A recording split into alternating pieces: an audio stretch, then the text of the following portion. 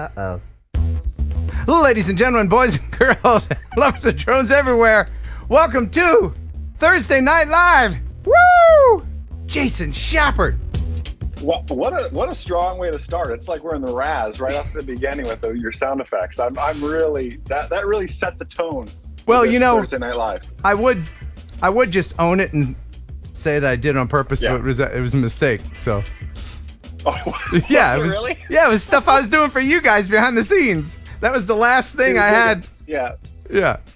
We made a great member video, and he had a part noise. We did. I can't remember what I said that made you do that. Well, you'll just have to. What it was now. I guess I'll have to watch the member video. You'll just have to watch the member video. So Jason is not in his regular studio. Where are you? You're like. I am at my parents' house. Sometimes you got to move back in, you know? No, the reason I'm at my parents' house is because, well, someone has to watch Ella and Gavin, who are only 7 and 5. I don't know if it was okay to bring a 7-year-old and a 5-year-old to Mindfield.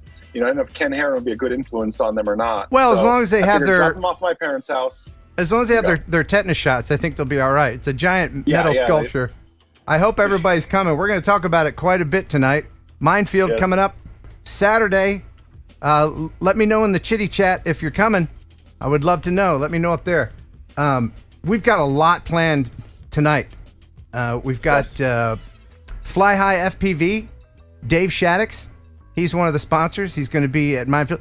Jason is going to be at Mindfield, and you're going to have a whole bunch of remote pilot stuff to give away, are you not? Some swag, a ton. I'm bringing so I was going to fly my own little plane up there, but the weather looks bad in Georgia, so I'm going to airline it up, and I'm just like going to go to Walmart and buy suitcases because I'm bringing 1 million shirts for everybody. Oh man, there's going to be a lot of stuff to give away, and the weather is going to be perfect. I have your size too, by the way. Okay. You're a medium, right? I'm a extra studly. Yeah, that's what I thought. You got one of those? It'll make you fly better, that's for sure. Oh, okay, cool. And tonight, we're going to talk about, dare I say it, there's something called Part 108. It's true. Well, it's not true. Well, we'll get to it. We'll get to it. That's a little tease. Plus, the weekly Beauchart is back. Mr. Beauchart was recovering from some leg surgery. He is back with his horrible jokes, which are even more horrible because I don't think they're horrible. They're horribly funny. Yes, thank you. Yes, thank you. And they're even more horribly funny because of all the pain medicine he's on. So we'll be looking forward to that. But another sponsor that's going to be out at Mindfield is the Cadillac of processed meat. And I'm talking about Pigeon Jerky, ladies and gentlemen. You'll enjoy Pigeon Jerky, the Cadillac of processed meats. You'll enjoy Pigeon Jerky, and you'll give your family a treat. It's balanced nutrition to help them grow. Yeah! And it's full of fiber to make them go. Here we go. You'll enjoy Pigeon Jerky, the Cadillac of processed meats. Yeah! Pigeon Jerky, a droning staple since 1970. Yeah. Awesome. Well, I see that there's a lot of people watching, and I see that there's a lot of people coming to Mindfield. Oh, yeah. And I think it's going to be the biggest, the most well-attended Mindfield ever of all three of them. This is the third one. There's going to be this guy. There's going to be we're going to have a fire truck. Yeah. Yeah. I'm going on the top of the ladder, by the way. I hope it's safe. Of the fire truck or of the fire tower? Oh, no, the fire truck. Fire truck. Oh. Do you know what? You know I'm scared of heights? Yes, I did know that. I mean, that seems so... but at Mindfield, I will conquer my fear. Because if not, Ken Heron will put it on YouTube. You will? Now, you'll climb up the fire engine ladder. It's a 55-foot ladder. I'm all about it. As long as it's, like, safe and you tested it, I'm good. I've been up there. There. That noise. Right. I asked Jeff. Now, we've got Discord going. So, of course, there's nothing I can do, apparently, to mute that. But I will let you know that I do have a Discord now, and I'm going to try later on. So I'm going to put the link in there. There we go. I'm going to try later on to maybe get some phone calls from people. Of course. Wow. Yeah, because I'd like Like to. we're calling into Ken and Jason in the morning kind of stuff, you know? Yeah, well, I did it because people wanted it, and because there's people that weren't able to interact with the show on the phone from other countries, and so it's kind of like a free phone. But back to the fire truck very quickly. It's a 55-foot. It's got outriggers, so it is stable. Okay, good. So when you get up there, can I fly a drone around you? Yeah, and you're certified like fire truck operator, right? No, but I know how to. 106. I'm not certified, but I know how to operate it. All right, good. Yeah, that's in my skill set. Yeah. I trust you. Do you? Well, that's. Whew. All right, so there's a lot to get to, and I've been meaning to get to this. I missed it last show. Let's just go ahead and do it right now. Maybe people forgot about it, but there was a video I had with a bagpiper in it, and I asked people to comment about the bagpipes. Bagpipes are fill in the blank, and so now we go ahead to the Decideratron 5000. This is not. We're not doing Pick Me. We're not doing that. It's already been decided, I think. So let's go ahead and go to the Decideratron 5000. And if you commented on my video, I'm gonna have 3 winners that I'm gonna pick from this video. So we're gonna see how many people commented correctly on this video, and the winner could win Freewell Gear filters from freewellgear.com. There'll be 3 winners. Let's pick the first winner. And the first winner is Monkey FPV. Congratulations. Very nice. You got Good name.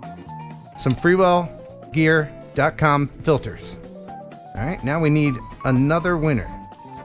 Congratulations, Monkey FPV. Let me figure it out. A lot of effort went into that. Yeah. Let's see. Where's our next winner? Stand by for the next winner. There we go. Okay, we're gonna pick another one. Tom Ailing. I know I'm saying that wrong, but Tom Mama. Bagpipes are like a cat on a chalkboard. Yes. Wow, that was That's deep. all you had to do. So congratulations, Mr. B. Bagpipes for the win, lol. The win. Excellent. Congratulations to all of you winners. I finally got that done there. So there we go. Wow, I'm proud of you, Ken. You know, better late than never, they say. Well, you know, Really when proud. I make a promise, it eventually is kept. So when you get older, you know, birthdays and stuff, you get a little bit older, things just kind of, you forget. It happens. to the best of True. us, It's true. Oh man, you know. I am I'll forgetting get there more one day. things. How old are you? I am 34.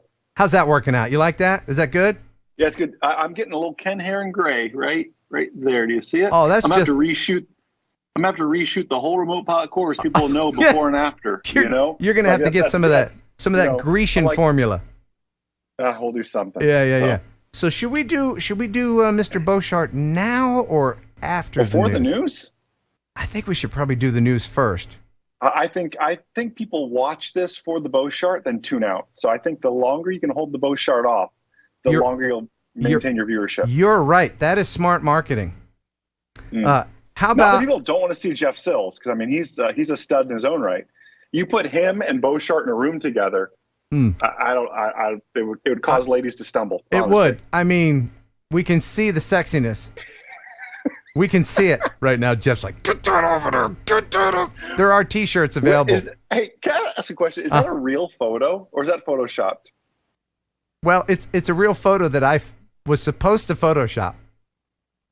Jeff and I were just farting around one day, and he was telling me about his pool, and he sent me a picture of his pool. And I said, oh, there's no water in the pool. Send me a picture of you on a raft, and I'll Photoshop you in the pool. And then the picture of him on the raft was just so good that I never did do the other thing. I just kept this, and now I just throw it up in his face every once in a while because it's hilarious. So he should have known better sending that to you. Like you don't send Ken Heron ammunition like that. He didn't know better, but he does now. He knows better now. Okay. Yeah. And I see the super chats coming in. Thank you so much. I believe there will be a train coming around the bend here very shortly, but I did want to share some stuff. I picked some Mindfield stuff from years gone by, as it has a storied history by now in its third year. Yeah. 3 years. Wow. Yeah. And it's an annual event. You know, I try to promote this thing by doing some wacky stuff out there at Mindfield. And for those of you who don't know what we're talking about, well, here is the famous crane nut shot. This is one of my. I don't know if you've even seen this, Jason. But I'm not familiar with this, sir. Oh yeah, enjoy this part of a promotional video I did. Look at this. Looks fun, doesn't it? August 22nd. Bring your quad. Bring your drone. But just come hang with us. You see where I am? Hey, thanks for watching. Thanks for subscribing. Until next time, buh and bye. Let's see if I go through my legs. I'm trying to go through my legs. No, almost hit my foot. One more try. Oh, no. This wasn't. Is that Billy? Yeah, that's him. This is a new drone I was trying out. Oh!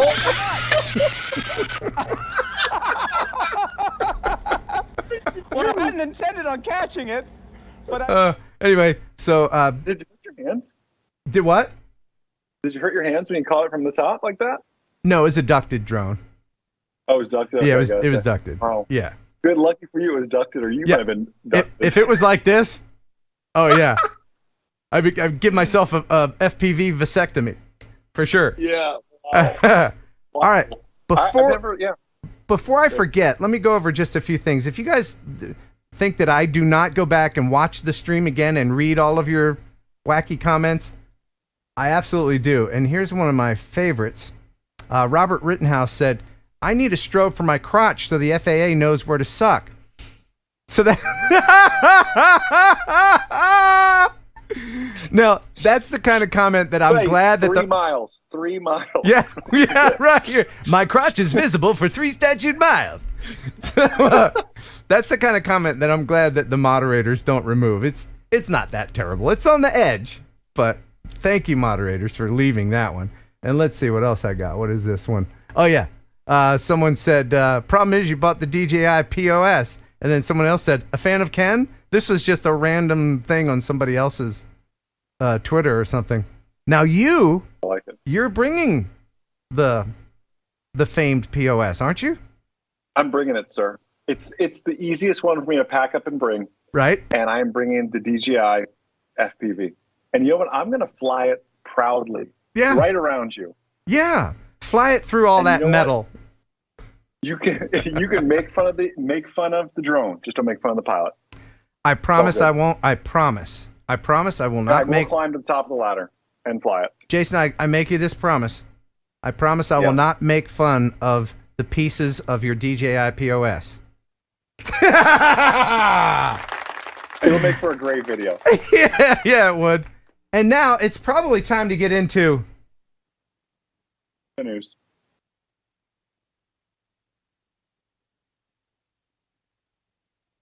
I can let awkward pauses go on forever, Ken. The news. Stop the music. It's time for news. Let's head on into the drone newsosphere with Jeff Sills. There's a whole heck of a lot of news in there. What's happening, buddy? Oh, yeah, we have an insane amount of news. So first of all, obviously the Discord is new.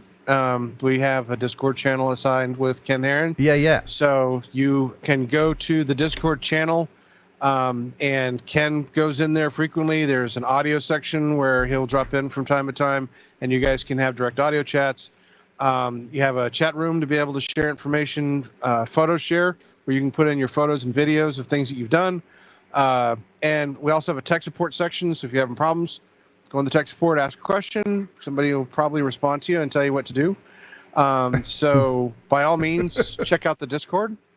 It's fairly lively, so I highly recommend messing around with it. I know that we'll need to do have to do a little tweak.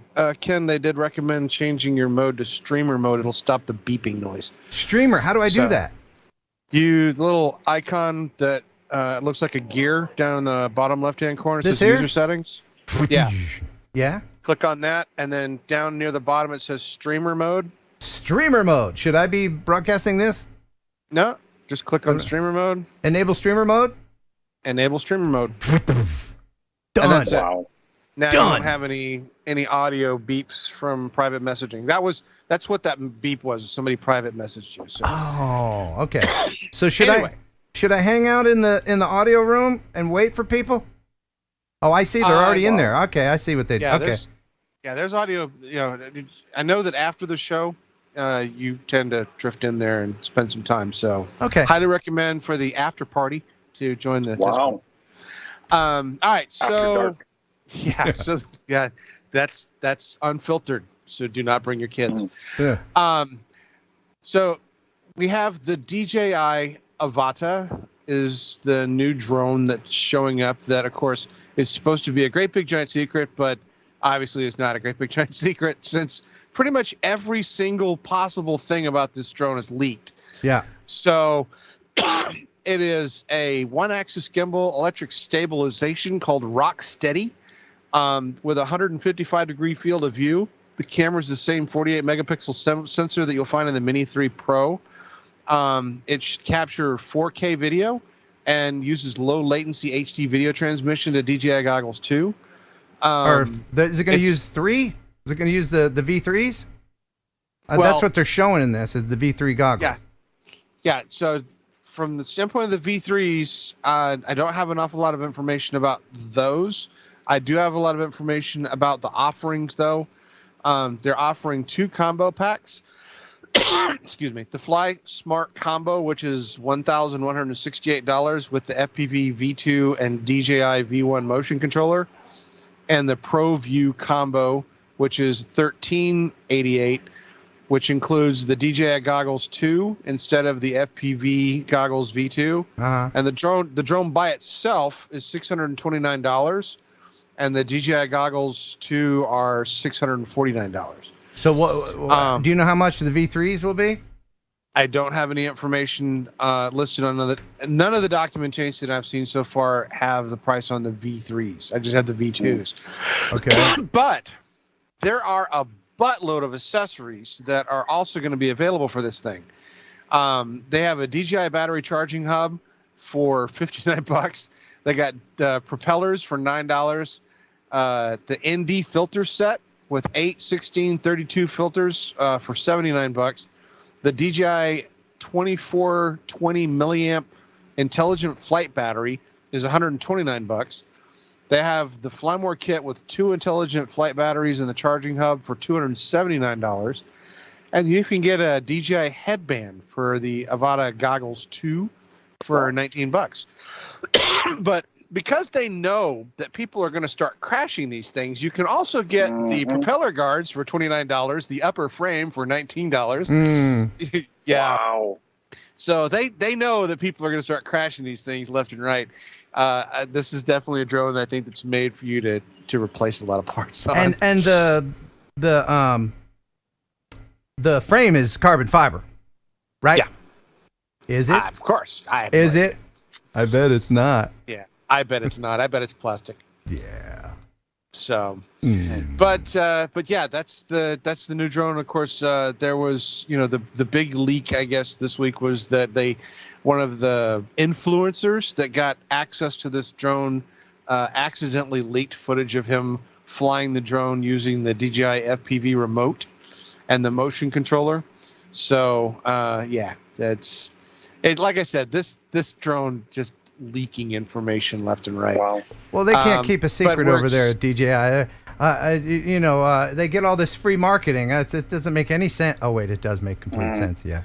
We're expecting the drone potentially to release at the end of August. So around the 23rd, I think, is what they originally had set as a date. But whether or not they stick to that is up in the air. Obviously, most of the information we have is for the American market. Pricing for overseas, et cetera, is not really available. That information will probably come when the drone is actually released. And you may be wondering, do I hate it already? No. What? No, I don't. I feel like you hate everything from DJI. No. Lately. No. I love DJI. All of my stuff is DJI. I even have DJIs. Is that by choice? It's not by choice, though. Sure Like, it they is. just have Yeah. the market share. They make great stuff. The one thing I did hate and I don't like and I think is crap is the DJI POS. Okay. But if you like it, then good for you. It's not that I like it. It's, I'm still slowly venturing into the FPV world and everything else, and it's a great way to step into it and start. It's like an FPV drone training wheels. Yeah. Are you flying it in acro mode? Yeah, a little bit. Yeah, I'll show you on Saturday. Oh, I'm not. You're gonna show me. Level, Okay, you're gonna show me acro mode at this big pointy sculpture. I'm gonna give it a try. That's what I mean. I'll give it my all. Just all right. Well, that's the good thing about that drone is it's got a oh shit switch. Sure does. Yeah. Okay. All right. All right. So next in the news is one that hits close to home because this is my hometown where I was born. A Texas man was arrested for allegedly flying a drone loaded with drugs and prepaid phones plus MP3 players into a Fort Worth prison yard. Brian Lee Ray Henderson. Whoop, that's not it. Yeah, that's not it. It was just a still photograph. Brian Lee Ray Henderson, 42, was arrested at his home in Smithville, Texas, and charged with one count of attempting to provide contraband to a prison, one count of serving as an airman without an airman certificate, and one count of possession. Yes, because he was in furtherance of business. And one count of possession with intent to distribute a controlled substance. Yeah. What's interesting about this particular story, above all else, is not about the fact that he flew the drone into the prison. What's interesting is what happened afterwards, because he wasn't caught there. In fact, he wasn't caught immediately. He was the school, right? With a license plate or something, right? No, the drone crashed inside the fenced-in yard near the HVAC shop. The guards recovered the drone, and they found all the contraband, which was, crystal meth and all sorts of stuff on there. They pulled the video footage off of the drone of a nearby high school, or they pulled the video footage off a nearby high school, saw a man in a red Chevy Tahoe with a Transformers decal on his rear window. Yeah, well, that's you know what that's for. That's for him transforming from a free person to an incarcerated person. So he flew the drone, and they have it all on video of him launching the drone, right, and then obviously crashing it, and then he drives off. Okay, so they have the drone. They start searching the information off the license plate. They get his name off of debit card information. The DJI drone controller was recovered, rechargeable drone batteries, 18 smartphones, tobacco products. All those phones. Yeah. And after they searched all of his stuff, they were able to localize where he was. You know what? And then then drove to his home and arrested him. He's there. dumb. You always hear about the cargo on these prison delivery drones, and it's always like meth and fentanyl and phones and chargers. You never hear about anybody sending like tax forms and Bibles and birthday cards. Birthday cards. Man, a drone loaded down with birthday cards. Hallmark. Yeah, right? Yeah. You never hear that. It's so strange how that doesn't work the same way. That would be so funny if they sent one over. It was packed full of donuts for the guards. Right? That would be awesome. You should try it, Ken. See what happens. Okay. I give credit to the police department. Did a great job using all the information available to them to piece together how to be able to find this guy and get him. And I thought that was really well done. So, all right. So next in the news, a Dayton business partnership completes their first ever drone delivery. Wind Supply completed its first drone delivery from its distribution center on Byers Road in Miami Township to Centerville Wind Supply in Washington Township. That's a distance of 3 miles. The drone completed the flight in 5 minutes.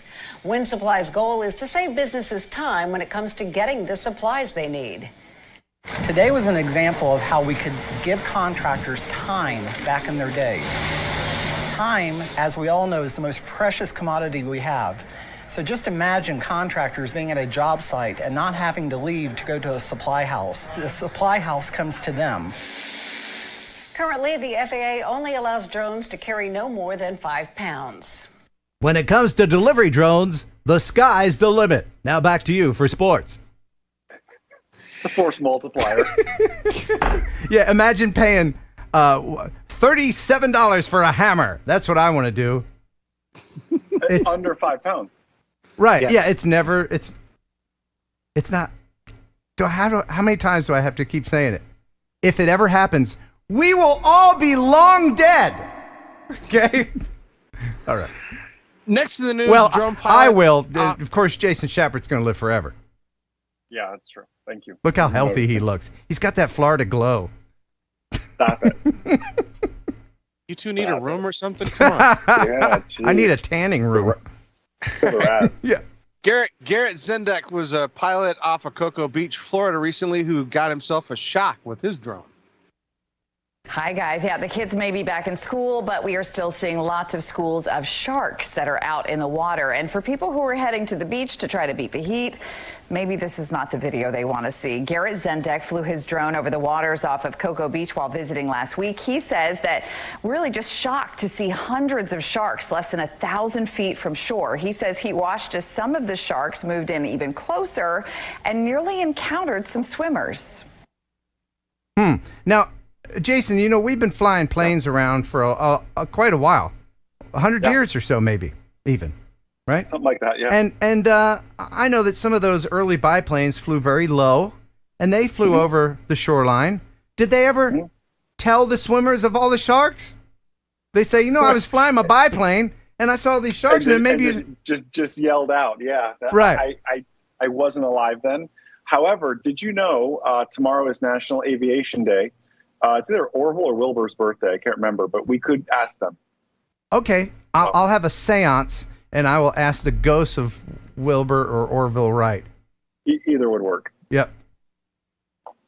Okay, Look, it's always going to look like more sharks from the air. It always is. Yeah. True. All right. So next to the news, this one is a new system called RDS-2, which can transport any shape or any size parcel weighing up to 10 kilograms or 22 pounds. Okay. So this system is it's an acronym for Rapid Delivery System 2. It was created by a Los Angeles-based startup called A2Z Drone Delivery. Package on a string. Package on a string. It's totally going to work. Yep. Yeah, what could go wrong? That's the interesting thing there is that each package can be different sizes and shapes. Yeah. In other words, like with the Amazon drone Right. and other ones, we see them in pre-parcel Look at them. packages. Look at them just dropping shit. They're just dropping. See how hard those pizzas hit? Right. They're like, hey, we'll shake up your soda for you. Boom. That's Now, crazy. So it's an interesting technology. They're not necessarily, they're not a drone delivery service. What they're doing is developing the technology to make it, I guess, easier, safer, or more lucrative to be able to deliver packages. Lucrative is right. Yep. Yeah, let's put your pizzas under 8 fans for 30 minutes. It'll be delicious when it gets all right. I'm done. I It's just not very aerodynamic either. yeah, right. Do you think? Does anybody in the chat believe that they're going to get their tube socks delivered by drone? No, they're not. You might get your blood delivered. You might get your medicine, hospital Your to kidney. hospital, a kidney. You might get that stuff. They may drop some defibrillators on you one day. Oh wow! But- You guys come down. Yeah, man. But Wow. you will So not. tube socks? There absolutely will not. Cannot.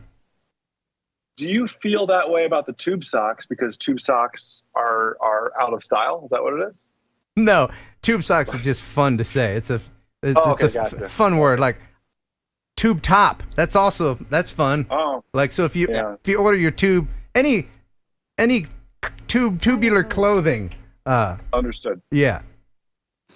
Yeah, plus, the minute that they have drone delivery where Ken lives, he already knows that he's going to be inundated with tube socks. I'm He'll gonna have a be lifetime buried in supply. tube socks. Oh my goodness! Can you imagine? He will have people gifting him tube socks by drone would love every day. that.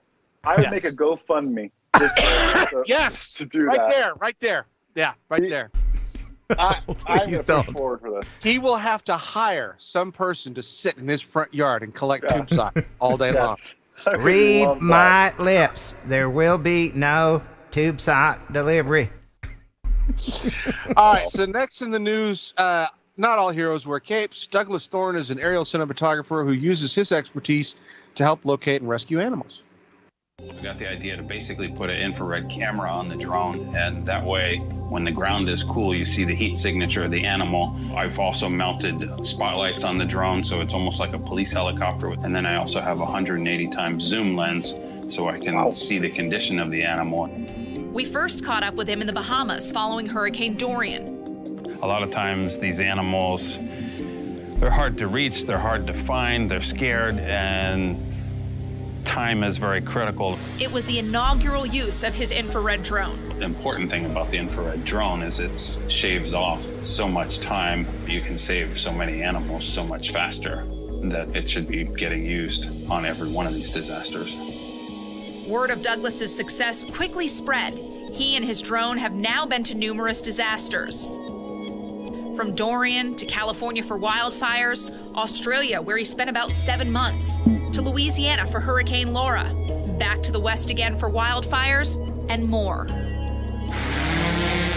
It's basically been nonstop since I started this about 1.5 years ago. I've been on the road, thankfully through donations or different wildlife organizations. As a result, he's rescued or located hundreds of animals using this technology, with no plans to stop anytime soon. I had to, feel like I was actually making a difference. If I'd meet people that had just lost everything, and to be able to give them back to their pet, I mean, that's pretty huge. The technology works so incredibly well. I hope to inspire other people to do this sort of work, because there really needs to be dozens of people like me doing this. That is so awesome. That is so great that he's rescuing all those poor defenseless muffins and cats. Yeah. Was it a Matrice? Was it? I think it was a Matrice. Yeah. I'm so glad that he's rescuing all those cute, defenseless, wonderful, great, sweet animals, and also cats. Wow. Tells how you really feel. Very important to focus on that. Yeah. All right. So next in the news, Florida Power and Light is the utility company in Florida. They unveiled a new fixed-wing drone designed to fly into tropical storms and help restore power after severe weather issues. We would pre-deploy this equipment and put it into, a category-rated type of hangar so it's safe. And then as soon as a storm passes, we would take it out and fly it over the damaged area so we quickly get an assessment. So then they get that information, our engineers quickly analyze it, and we're able to then roll trucks and crews to where they're needed. Rather than going out and trying to figure out what's going on, we're able to save hours and days. Electric utilities will spend hours, if not really days, just trying to assess what's happened.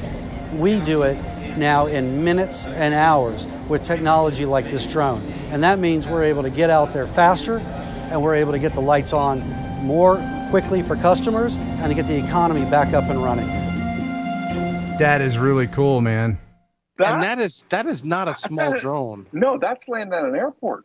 Yes, that drone is like the size of a small Cessna. It is an insanely big drone, but I'm really impressed with what they're doing with that.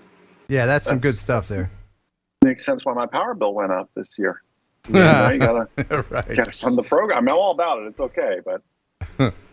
All right. So next in the news, drone technology is being used to survey and maintain the Sydney Harbour Bridge. The buzz of a drone might have you turning an eye to the sky. But look carefully in the centre of your TV. Inside our Iron Lady, there's a tiny piece of powerful technology. The sky's the limit as we revolutionise the way we maintain the Sydney Harbour Bridge. She's 90 years old and she is in great shape, but like all of us, she needs to keep up a bit of maintenance from time to time. In an Australian first, drones equipped with artificial intelligence are being used to map the maintenance needs of bridges across the state. It doesn't matter whether it's the Sydney Harbour Bridge or a bridge out the back of Burke. In New South Wales, we have a network of over 6,000 bridges. They've all got to be maintained, they've all got to be inspected. Decked out with powerful computers and 6 HD cameras, each device captures every nook and cranny. 4,100 elements that we need to inspect regularly. 485,000 square metres of steel and paint that needs to be inspected and maintained. They can get to those hard-to-reach places throughout the bridge. And from there, the technology renders three-dimensional maps of the drone's surroundings. I'm quite excited to see that we've reached to the point that we can leverage this technology to get as close as possible to the bridge and do the inspection. So far, 20 drone pilots have been trained, and with the program rapidly expanding, there'll be more to come. Yes, right. Things are looking up for our bridges here in Sydney. And now back to you for the kangaroo report, mate.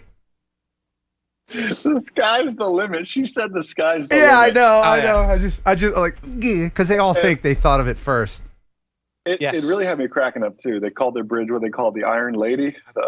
Oh, sure, yeah. Yeah, that was Ken's nickname back in high school. Do you know Iron what? Lady. And I wasn't going to bring this up, but do we have any Australians watching? Of course we do. Okay, let me play the very first part of this again. Let me play the very first part. Listen. The buzz of a drone might have you turning an eye to the sky.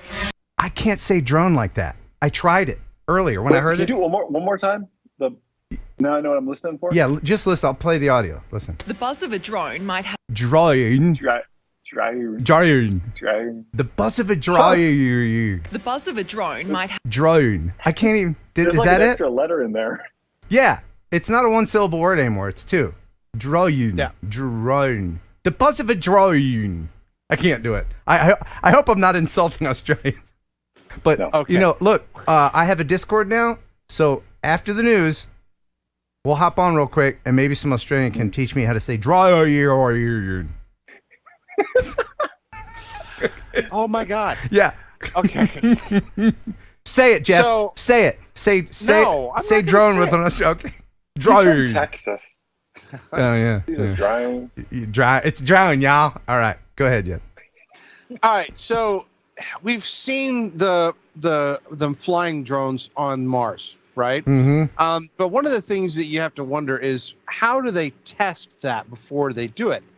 So, a company called Schappert is using long-range real-time remote piloting system to test this ability by putting remote drones and remote vehicles on a volcano. And then they have pilots in Houston, Texas that are flying and operating the vehicles remotely through their real-time remote piloting system. Mm-hmm. And this works without the need of GPS because obviously Mars doesn't have GPS.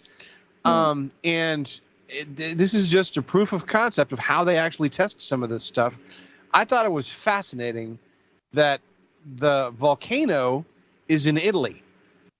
Okay. I'm calling foul. All right. Did they really have to go to a volcano? Yeah, we got to do it for a research. Where's the volcano? Italy. We're going to need to use some of that grant money to go to Italy and a volcano. Now, is this just because you've always wanted to go to a volcano? No, it's the only place we could test it. Right, guys? Back me up on it, right? The guys want to go to the volcano, too. Doesn't have anything to do with the fact that the ground looks similar to Mars at all. You can go to the American desert as well. Yeah, okay. If they're filming a movie, maybe, but they don't really need to go to a volcano, do they? They do have a cool name though, Skypersonic. Like that's yeah. I'm sorry I didn't think of that first. That's a pretty cool name. I'm not gonna lie. That is a cool name. All right, so next in the news, Amazon has put out a video to show somebody in the comments said, "How about Hawaii?" You know what? We got some more testing that we got to do. We got to head over to Hawaii. Is that because you've always wanted to go to Hawaii? No, the conditions in Hawaii are ideally replicate that on Mars. Really? Oh yeah. And we're gonna need to have drinks out of coconuts as well. Why is that? to replicate the coconuts on Mars. Oh, wow. Back to you in the newsroom. Thank God I pre-spiked my drink. Yeah. All right. Amazon has recently put out a video showing off their ability to build a drone delivery service. Uh-huh. By now, we've all heard the story. Amazon wants to make delivery by aerial drones a reality for its customers. Some people have greeted this story with enthusiasm. Others thought it was science fiction. And the people charged with actually making this story happen are greeting it with open minds and ingenuity, the kind of gusto that only people who believe in the art of the possible and in themselves can feel. Pushing prototypes past their limits, learning, and building a better aircraft each time. They'd have to use sense and avoid systems to help keep them away from obstacles like people and pets, and to make decisions on their own. These drones would have to be smart enough to know how to choose the correct path forward, even if that path is backward. They'd have to be smart enough to know when the safest thing to do is to turn around and head back home. So we did all that. And now, later this year, uncrewed autonomous aircraft will be delivering packages to customers living in Lockford, California and College Station, Texas in less than an hour. Yep. Look at that. Just drop that shit. We'll create new jobs, build partnerships with local organizations, and help reduce the impact of climate change on future generations. So many chapters of this story are yet to be written. Today is just the beginning. Yeah. Oh, man. Put together by visionaries that have the gusto and the independent wealthiness to make this happen. Put together by people with vision who want to show off to their billionaire buddies. Right? This is a billionaire's. How is that? You know, that's the thing. How is this financially feasible? One package at a time is not financially feasible from a business standpoint. Nope. It's all marketing. It's all look at what we can do, and we're suffering for it. We as the drone community are suffering for it because, Jason, I'm sure you would agree that they're making a lot of these rules specifically to open up the corridors for these remote ID and everything else. Yeah.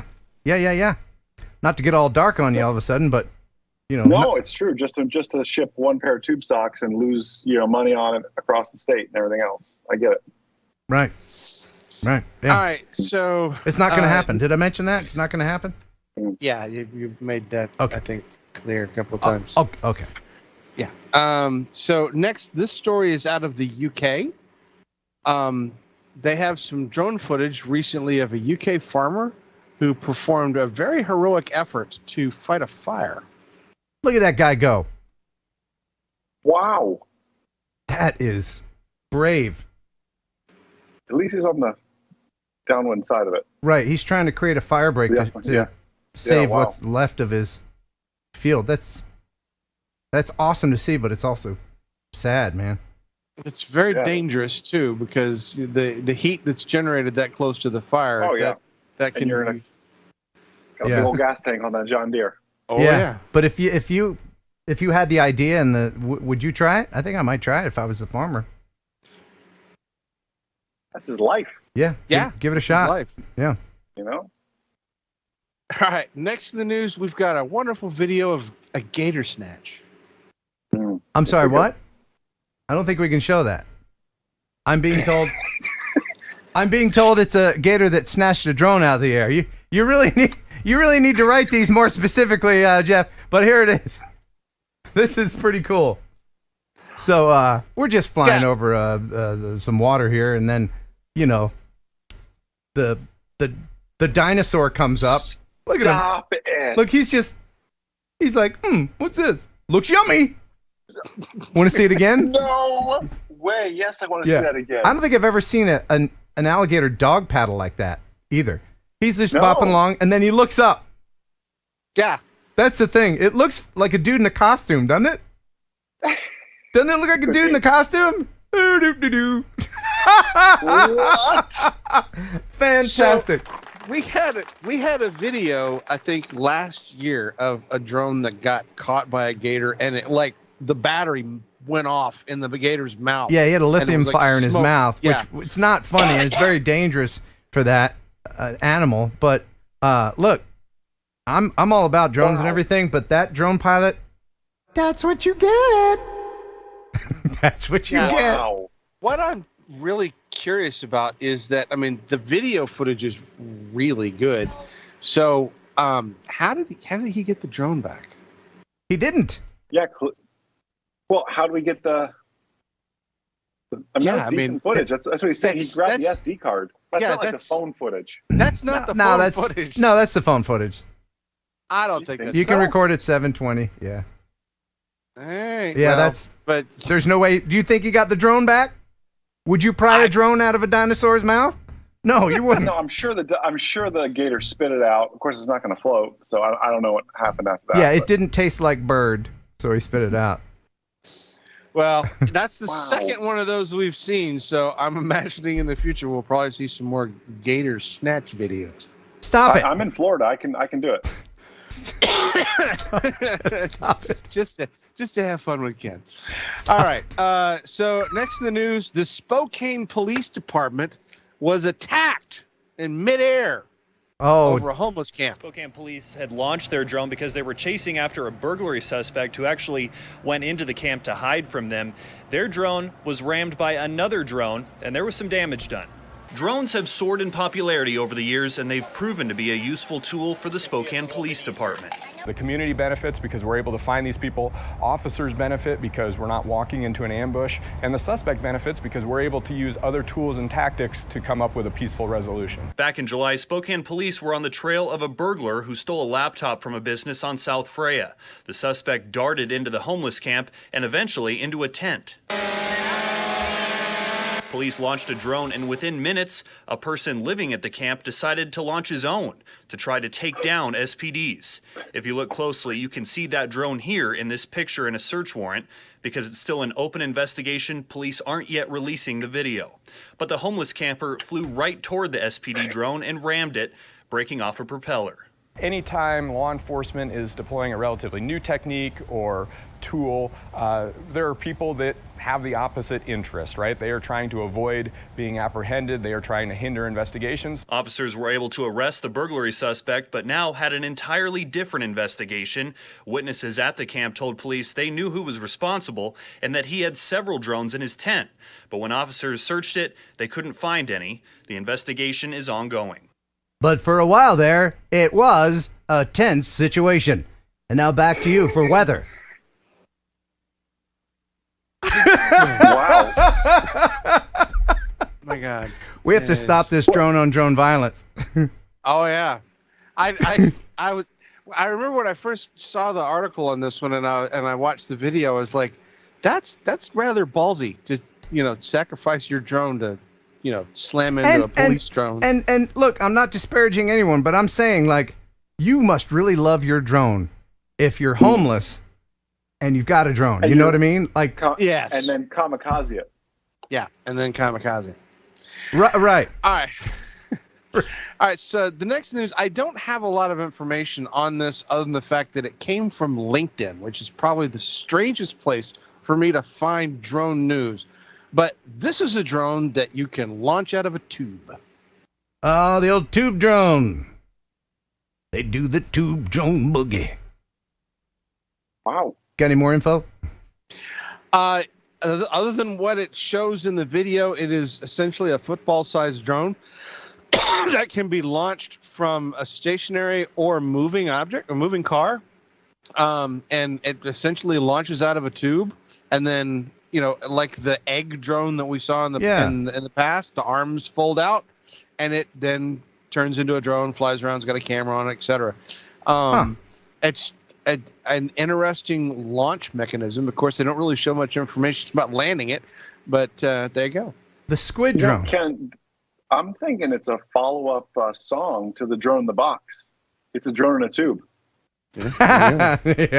Yeah. No, yeah. Yeah, are you You're looking for a sequel for your Christmas album? Yeah, no, we have to challenge Ken. We have to keep the challenge up, You know, are you encouraging me to sing? Because it's not going to take much. Right. I've tried to curb my singing on the live stream because I can actually watch the viewership going, all right, he's singing, I'm out. I don't want that. But I've already spiked my drink, so knock yourself out. I've got one more story, and I know the news is getting very long, but I had to include this, and I wanted to show both you and Jason this. This is something called the Levitator. This is from, and I got permission to share this, from Amazing DIY Projects channel. All right? Now, this video is a half hour long. Oh, yeah. And yeah, and he goes into a lot of detail, but basically what you're about to see is 3 huge propellers with little propellers on the end. Wow. So it's this thing is huge, right? Wow. But and the propellers are being driven around by little propellers on the tips of them.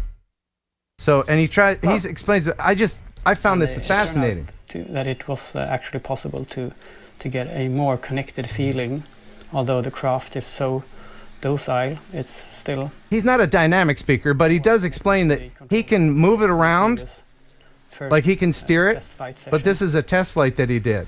So he's got these kind of large, I don't know what kV the motors are on the ends, but on the very tips of each one of those blades is like a very large drone motor pushing it around.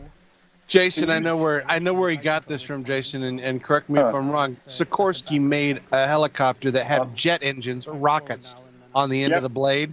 Seriously? Yes, that propelled the blade, so that's where he gets it from. I thought this was a completely unique thing. I'd never seen it before. Can we see the blades? Can you scrub somewhere in the video where he shows? I want to see the little propellers. Yeah. Yeah, it's not very long, but he goes into a little bit of explanation. Yeah, here. I want to see those guys. That feels better.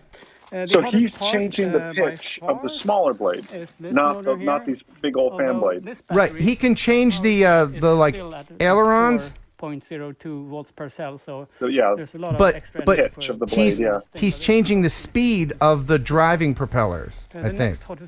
I don't know if he can change the pitch of them, but there's a control surface right there for the large wing. They don't have any airflow there. Yeah, that's where he got the idea from. Is from that Sikorsky helicopter, where it had the blades. And there they're fixed. They're fixed. Yeah, they are fixed. Yeah. So by changing the speed.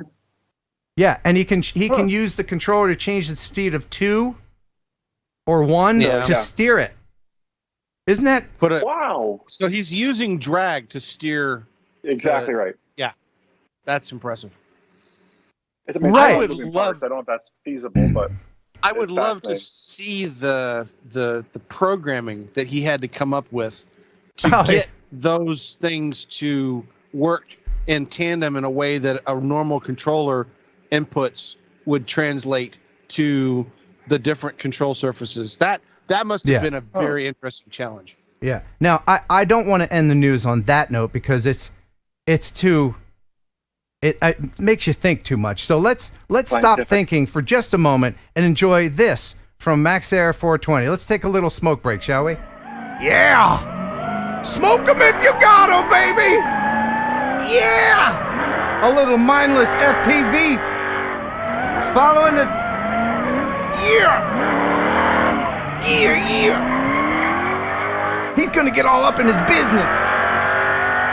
Woo!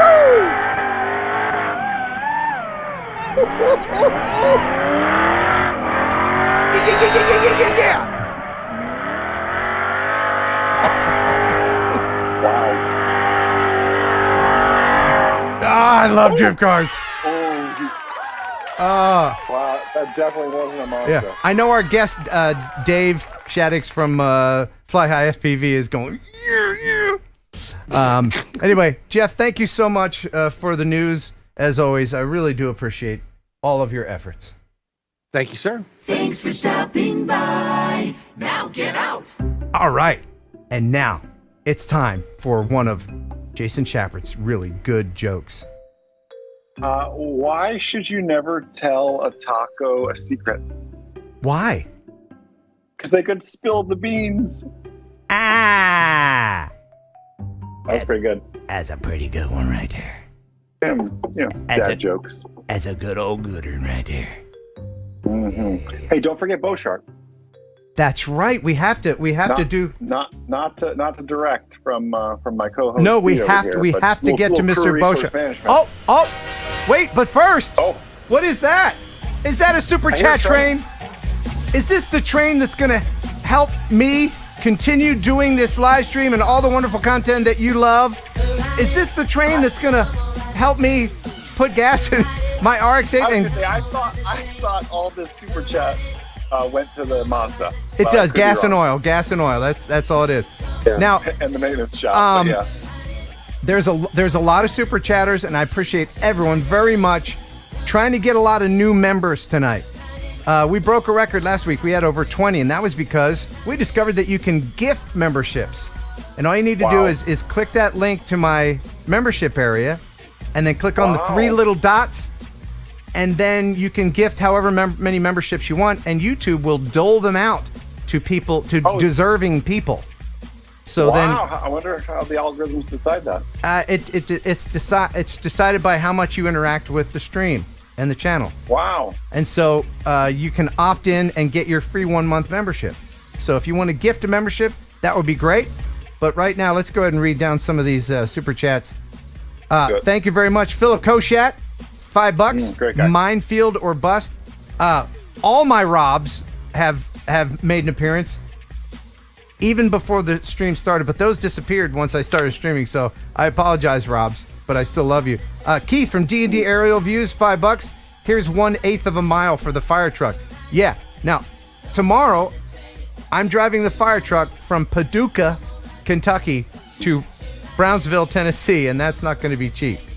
Luminal FPV, $5. Mindfield 2022. Indeed. It's going to be all day. It's an all-day event at Mindfield from sun up to sundown. In fact, Friday night, people are camping out. Wow.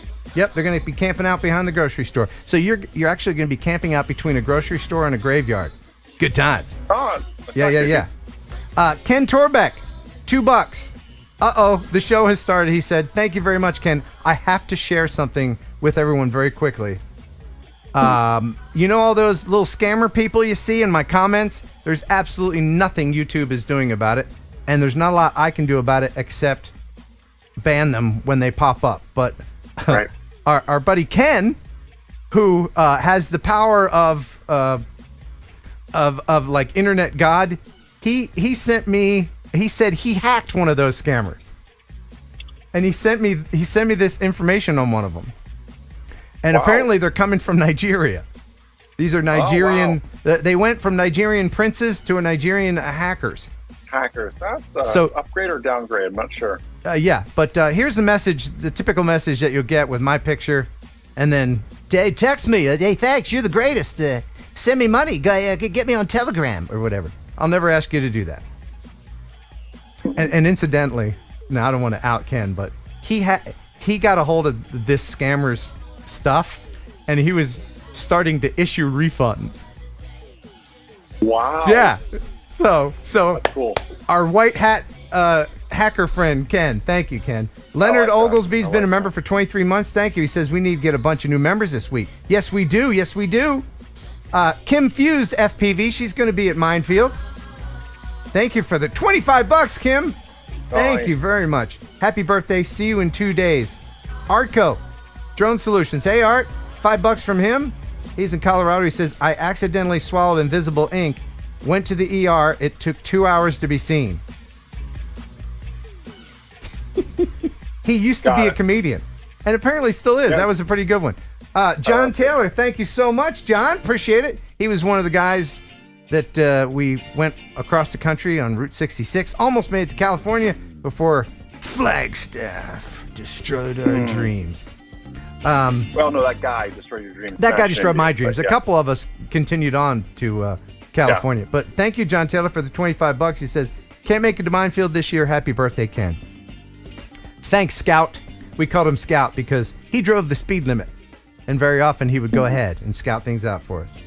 Brad Berry. like that. Hey, Brad Berry, we haven't seen you in a while. Thank you very much for the $50. Been a while, Ken. Hope you're doing well. I am. Now that I see you in the super chat area. Appreciate it, Brad. And he says $55. He says, forgot to ask before, did that video screen watch ever work? Absolutely, yes. And I appreciate it. It's a great way to watch analog FPV. WHM3, $20. Thank you, buddy. Hitting the road tomorrow. Be there for the Friday night gathering.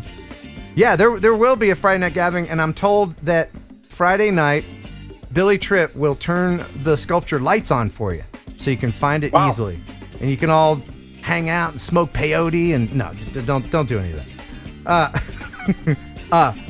Rabad, $10. Ken, please snag a review model of Axoon Cine-Eye HDMI extender. Takes RC Pro video out wirelessly, send to iOS. I'll look into that. Thank you very much for bringing that to my attention. I don't think I've heard of that. Look Mama Drone, which is a great username. $5 for tube socks.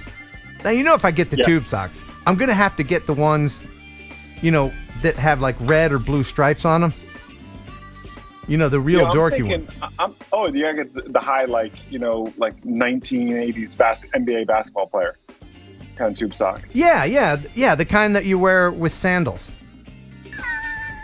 Oh, I wasn't going to go there. Ew. Yeah, back to the tube socks. I'm really thinking like we could get a group together Sunday after Mindfield, all drive to Ken's house, hit Walmart on the way, buy tube socks, and just take turns flying over your house dropping tube socks. We can figure it out. I don't need tube socks. Please don't bombard me with tube socks. Thank you for the $5. Look, Mama Drone. Dizzy Dean FPV, $5. There once was a man from Nantucket. His drone was so big and he loved it. He said with a grin as he flew over Karen, if this drone goes down, I'd love it. All right. He's like a poet. He's a poet and doesn't even realize it. That rhymes. Okay. Wow. TJ Grady. We've got a great video from TJ tonight. In fact, I think I'll play that right after the bow shot because it's outstanding. And Jason, you will love it. Yes. You will love it. Can't wait. $10 from him. And he says very simply, and this is so important for everyone to remember. If you remember anything I say tonight, please remember this. And that is pickles. Pickles. Yes. The super train continues. Super chat train continues. John Fotaleo, 420. I don't know. Again, I don't know this random number. Jason, any ideas? I don't know what that is. No, not familiar, sir. Choo choo. See you all Saturday. Absolutely. Looking forward to seeing you again, buddy. Bob Casey Ariel, $10. Looking forward to Mindfield Saturday. I'll see you there, Bob. Uncle Bill's Toys, $10. This is live, right? Yes. Very much so. It very much is, yes. And Scott's, what is it? Scott's 3D Art, $5. Same guy made a drone he fly around called the Chair. Well, that sounds fun. Wes Dunn, look what he did, Wes Dunn. $10 from Wes Dunn. He says, will Cardboard Jason be there again? No, in fact, here is the real deal. Real Jason with a special message just for you, Wes. Wow, Wes, I will be there in person, not Cardboard Jason this year. I will climb Ken Heron's Paducah, Kentucky ladder, and I can't wait to see everybody there. And I will be flying a DJI FPV. I'm sorry in advance, Ken. That's fine. That is just fine. And Scott, SKS Video Guy, with $10 for a set of white eyeballs for my DJI FPV goggles. Getting started in FPV, it's all Ken's fault. Thank you, everybody, for those super chats. You really do help the show. And just because the train has gone by doesn't mean that they have to stop. That's very accurate. Yeah. All right, so now let's head up to the Great White North. I know you've missed him. He is healthy again. He's able to stand. He went through a lot with his legs, but he is smiling through the pain for you. Here he is, Jim Beauchart with the Weekly Beauchart. Enjoy. Hi everybody, Jim Beauchart back again with another episode of the Weekly Beauchart. I know I've been gone for a little while, so people think I might have changed, but I can't see the difference. Can you see the difference? I can't see a difference. Can you see a difference? I don't know. What? Well, we've got a busy show. Let's get into it. So what do you call a small mother? A minimum. Okay. When it's sunny, I think beer garden. But when it rains, I usually go to the bar for a while. But when it's snowing, I sit in front of the TV with a case of beer and I start to think, maybe I've got a problem with the weather. It's been a really strange day. First, I found a hat full of money. And second, I was chased by an angry man with a guitar.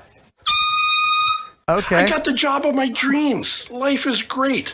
I start stripping for the blind on Saturday night. I just love long walks on the beach with my girlfriend.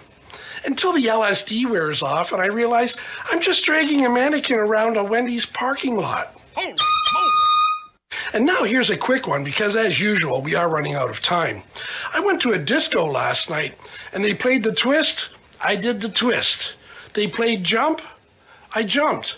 And then they played Come On Eileen. Well, I got kicked out for that. And on that note, buh and bye.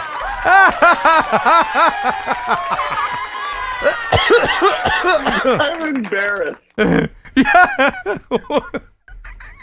Wow. Wow. Wow. Wow, indeed. What an amazing comeback. What an amazing comeback. That was strong. Who was that a brother or who was that? I don't know who that was in the beginning. I thought he did a split screen, but then I thought, no, that guy was slightly different. Yeah, was it his brother? It was. I think it was his brother. Who was it? Jim. Who was it? He's in the chat. We wouldn't know who that is. He didn't explain it.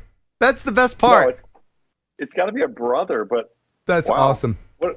Thanksgiving's fun. They're in Canada, so Tuda FPV. I don't think I've ever seen Tuda FPV. Thank you so much for the $10 super chat. Hopefully next Rampage I'll dive the tram less and be able to fly more with you. Yeah. Rampage was fun. Water Echoes. $2. Thank you, Water Echoes. Missed the train and now before opening, man. Thank you very much. Joseph Crane, $5. Much appreciated. He says, thanks for the show, Ken. Have a great time this weekend. If I can figure out what to do with my dogs, I may drive down tomorrow after work. I think people bring their dogs. You can bring their dogs as long as they're not triggered by a bunch of motor noise. You know? And Ken Torbeck, $269. $269. My hat is a little gray. Oh wait, that is my hair. Thank you very much. All right, now it's getting a little bit late, so we got to bring in our buddy who is standing by, and also we're going to hear from my friend Chris, who is my fellow organizer of Mindfield. I know he's watching, and we're going to talk to him a little bit later too. So here's another Schappert joke while we bring in of course. Fly-High. Hey Ken, why do they always serve yogurt at museums? I don't know why. Because it's so cultured. That was a good one, huh? That was a good one. Now, Not as good as... here's a problem I'm having is Skype just updated, and now the interface is unfamiliar to me, and I don't know how to invite someone. That's interesting. It's funny you say that. I had a problem earlier during the news. I lost your video, and I was scrambling to figure out how to bring it back up because they changed so much stuff. So yeah. But while you work on that, thank you to Shelby Lowell. Stop in and say hi with a $5 super chat. Thank you, Shelby. Fantastic. Appreciate that. That is absolutely outstanding. There's also let's see what else is happening over in the chat. There's a bunch of people bringing their dogs, by the way, Ken. So good, they can bring their dogs. Oh, I'm gonna get upset. I'm gonna get up the hell set. What happened? There is no way to bring someone in with this interface. There's no way to bring someone in with this interface. There's nowhere. You brought me in earlier with Jeff. Just do it the same way. Oh yeah, I'll just do that. Oh, that makes sense. Because you had you and Jeff on, then you invited me. Nope. And there's no way. There's nothing. Someone asked. Yeah, I'll be wearing 2 watches at Mindfield. Someone asked that. Oh God! All right, I figured it out. You got it. Or you want me to hop off for a second and bring them? No. And come back? Nah, I got it. Why? Why do they change things? I don't like change. You know, if I, You know, it's like whenever Facebook updates or something, the world revolts for like 2 days, and they're like, Yeah. oh, they're used to it. You know? right, but I mean, like just stuff that you're familiar with, like your brand of shampoo, and they go and change the label, and you think it's a different shampoo. I'm out. You Yeah. you change the label on me from something that I'm used to. It's Uh-oh. Now what the hell happened there? I'm gonna lose my mind. Oh, we Hey, got buddy. we got Dave. We got Dave, Hey, but what's we going lost. on?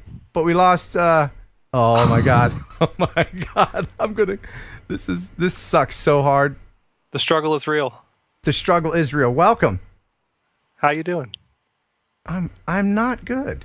Oh, it's okay, man. He'll come back. Will he? Well, now if I Yeah. call him, will you disappear? Yup. Ah! Damn it to hell! I am. It's been a while since I've had a breakdown. It's been a while since It's been a while since I've had a breakdown. And I'm about to have one. I'm about to have one. I'm about to lose my shiz. Well, you don't need to. Deep breaths. Nothing good comes from anger. Oh, you're so calming. You're so right. It's true. It's true. People lose their cool, and nothing good normally comes from that. So, as a solution, if you think you can only bring in one at a time, if you want me to hop off, damn it! I can't figure this out. Look, you win again. Oh, I need my bleep. Q, Skype. Q. Oh my god. Oh my god. It's gonna be okay. It put me on hold when you blocked me. It said hold. It put you on hold? Yeah, it said you're on hold. Why people at Skype, they're like, you know what? Our program already sucks. We know that. Let's make it suckier. Yeah, okay, let's make it harder to use. Yeah, that's a great idea. That's a great idea. Let's make it harder. We should move the buttons around too. Yeah, let's move the buttons around. Now it says pause. I want to unpause, on hold. Oh hell. Oh, I'm just in hell. I'm in hell. I am in hell. I am in hell. I am in deep in hell. I just saw him flash for a second. Yeah. Somebody said just merge the whatever. It's not the same. Oh my god. Oh my god. This sucks so hard. How did you bring on? Let's talk through it here. Yeah, let's talk through it. How did you bring me on? Because when I came on, you were already on and Jeff was already on. So it's possible. Oh. I need to cool down. I'm redder than I've ever been. Oh, you look great. No, my head's gonna pop. I am in hell. I am in hell. Well, that doesn't even happen. Why are we getting more viewers when I'm having a breakdown? Well, because people like that. Why? But, don't like that. How did you bring me in at the very beginning when Jeff Sills was already on here before the news? There was the three of us on there, and Jeff was kind of waiting. You have children, He's don't the lady you? in waiting. You have children, don't you? Yeah, 5 and 7. I'm not going to help you tie your shoes. How did you tie your shoes yesterday? You're using your dad powers on me. That's what you're doing. Absolutely. You're using. Work through it, son. Work through the logic. Figure it out. No, I can't. I'm 55 years old. I want it to work now. This is good crew resource management. If we were in the airplane, you couldn't have a panic attack like this. Like, we would crash. You would say, calm. Say, hey, Ken? The landing gear is down. The landing gear is down. The light's on. But why are we creating sparks on the runway? Ken, let's work through this emergency. Okay. And we'll figure it out together. Oh. Would you like me to put me back on hold and hop off for a bit and call me back in like 20 minutes? No, I would like the thing on. that I've been using for a decade to work like it always has. Let me hit this and see what happens. All right, now he's on hold. How is he on? It's just me, everybody. Hey, it's teeny tiny me up here. Hi. Oh God, I really want. You know why people curse? You know why people cuss? It's because it's venting, and I really want to let the expletives fly, but there are some people's children watching, and I know there's some nervous parents right now with their fingers on the mute button in case I launch into that, but I promise I won't do that. But I f***ing might. All right. It's just so different. Now they're both on hold, pause, unpause, unpause. Hung up on one of them, unpause. Dave's back. Yes. Dave wins again. Oh wait. Do we have them both? No, we don't. I'm here. You got fly high. It's gonna be okay, Ken. It's not though. It really isn't. It's not gonna be okay. It's not. Worst case scenario, we have to do an early RAS. It'll be okay. Oh God, I need a RAS. I'm already pretty razzed up. Of all the things not to be, look at all the shit that I have figured out. I mean, I am 55, but I know how to do all this shit, right? You're pretty savvy, Ken. I'm pretty savvy for a dude my age. But right before the show, Skype's like, how about an update? And I said, nah. And they're like, nah, we're going to do it anyway. Yeah. Oh, too bad. It's automatic. Yeah. Here it comes now. No, you can't use us and let you update. No, you can't do it that way. I'm sorry, Jason. I don't know. I honest to God do not know what to do. Here, look. I'm going to bring this over here. I'm going to maximize it. Maybe our brain trust can figure this out. Okay? So here we go. This is what I'm dealing with over here. All right? So if I just want to show you what I'm doing. So if you go over here to this, right? So now Dave is on. You need a group call. A group call. Do I don't want to do it. I just want to add someone to the group that we're in. Add participant. It's the bottom left. That was not there before. Right next to the record button. It was not there before. Oh, what is? No, I can't remember what. I got you for tech support, man. I can fix anything, dude. Thanks, man. All right, so now I There do you that, go. and then that did not. That was not that way before. Look, and I didn't get muted. I didn't get kicked off the That internet was not again. that way before. Do we have? Oh hell Hi. yeah! Oh God! Hey, Jason. Hey, what's happening, man? Nice to see you, buddy. Good Oh to have my you in God! the Oh house. my God! The add participant. See now, look, it's gone. It's gone. Where is the add participant? It's gone. It's only visible when it's maximized. Skype, you suck. Skype, you suck. I'm sending this to Skype. I'm sending it to Microsoft. But yeah, Is that? Oh, it is. Oh, is that what it is? it's Microsoft now. Is that the That problem? is the Oh, problem. are you both in the Apple cult? No. Absolutely. Oh, that's a shame. Oh, bless your heart. No, but Microsoft is pretty jacked up too. Okay.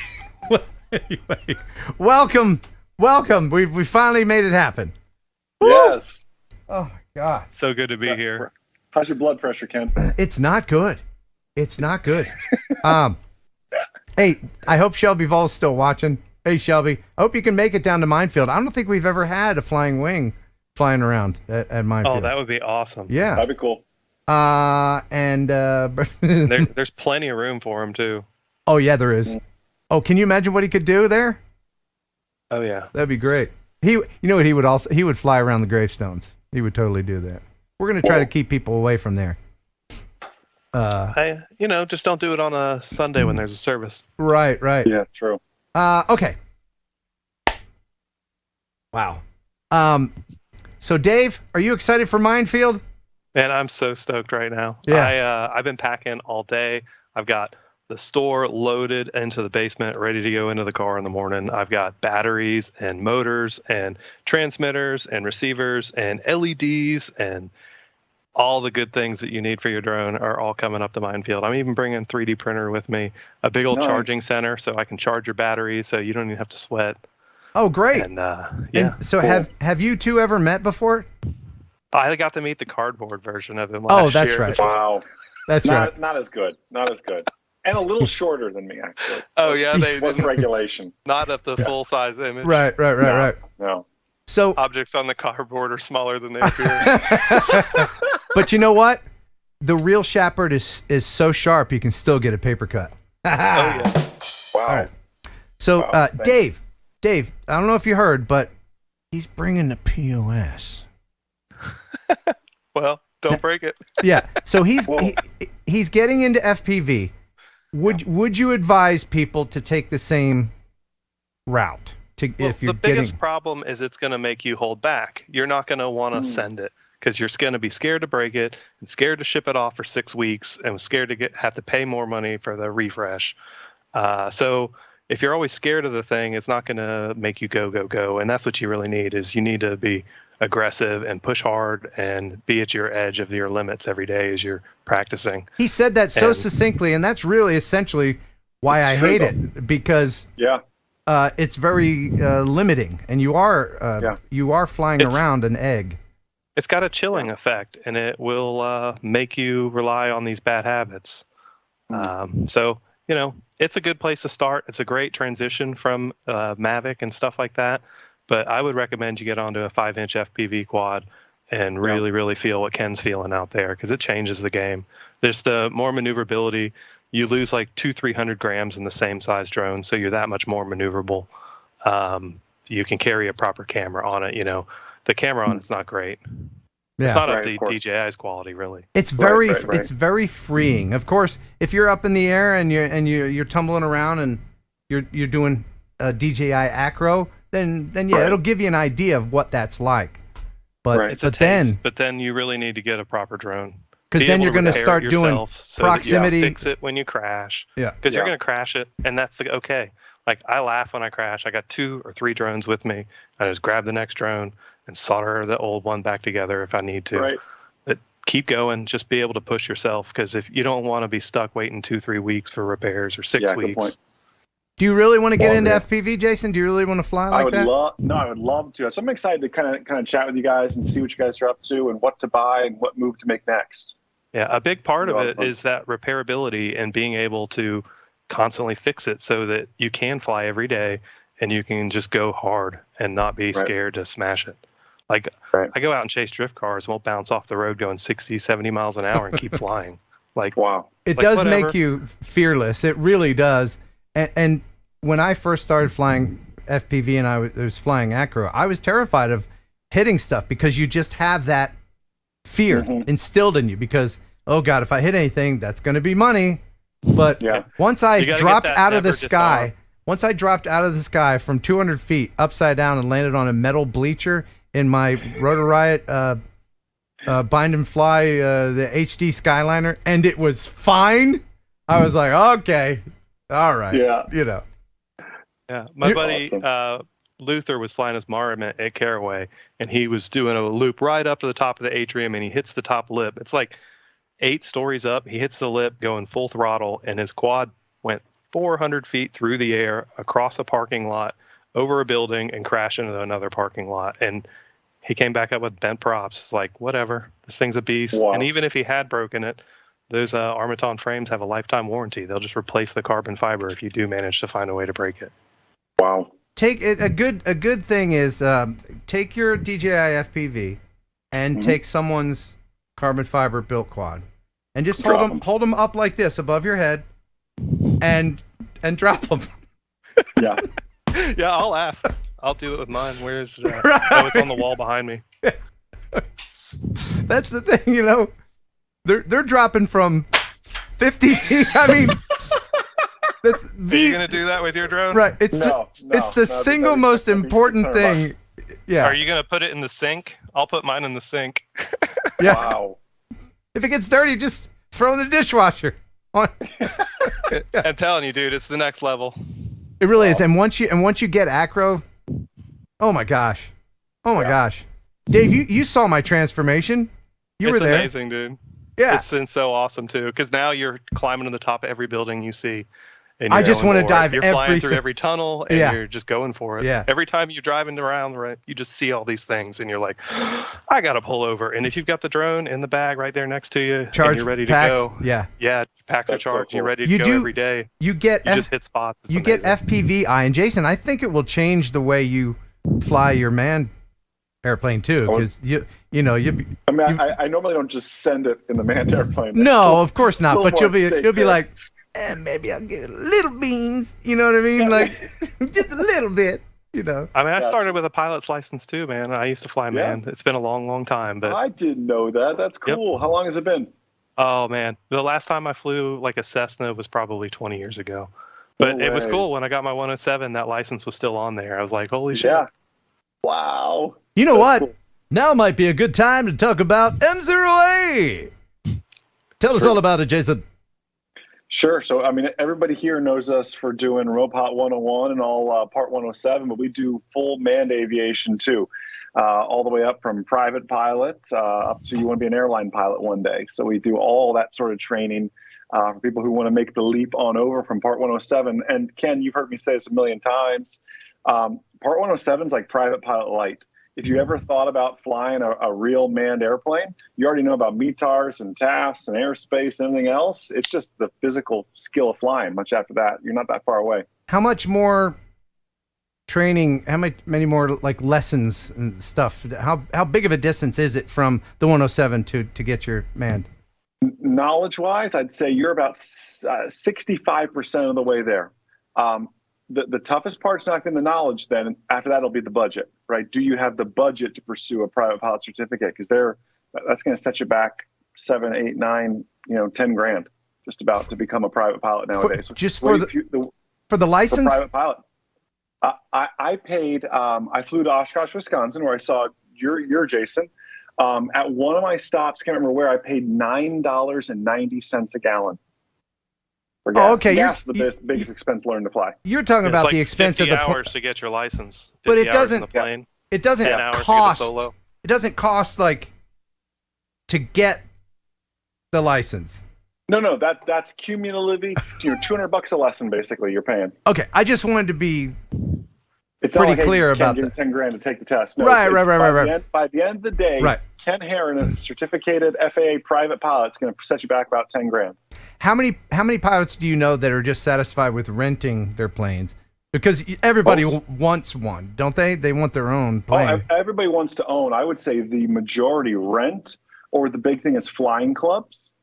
Get 5 or 6 pilots together, all buy a 172, and it's like a legit timeshare kind of thing. I did Aero Club and Civil Air Patrol, and that's how I got my license. Yep. Huh.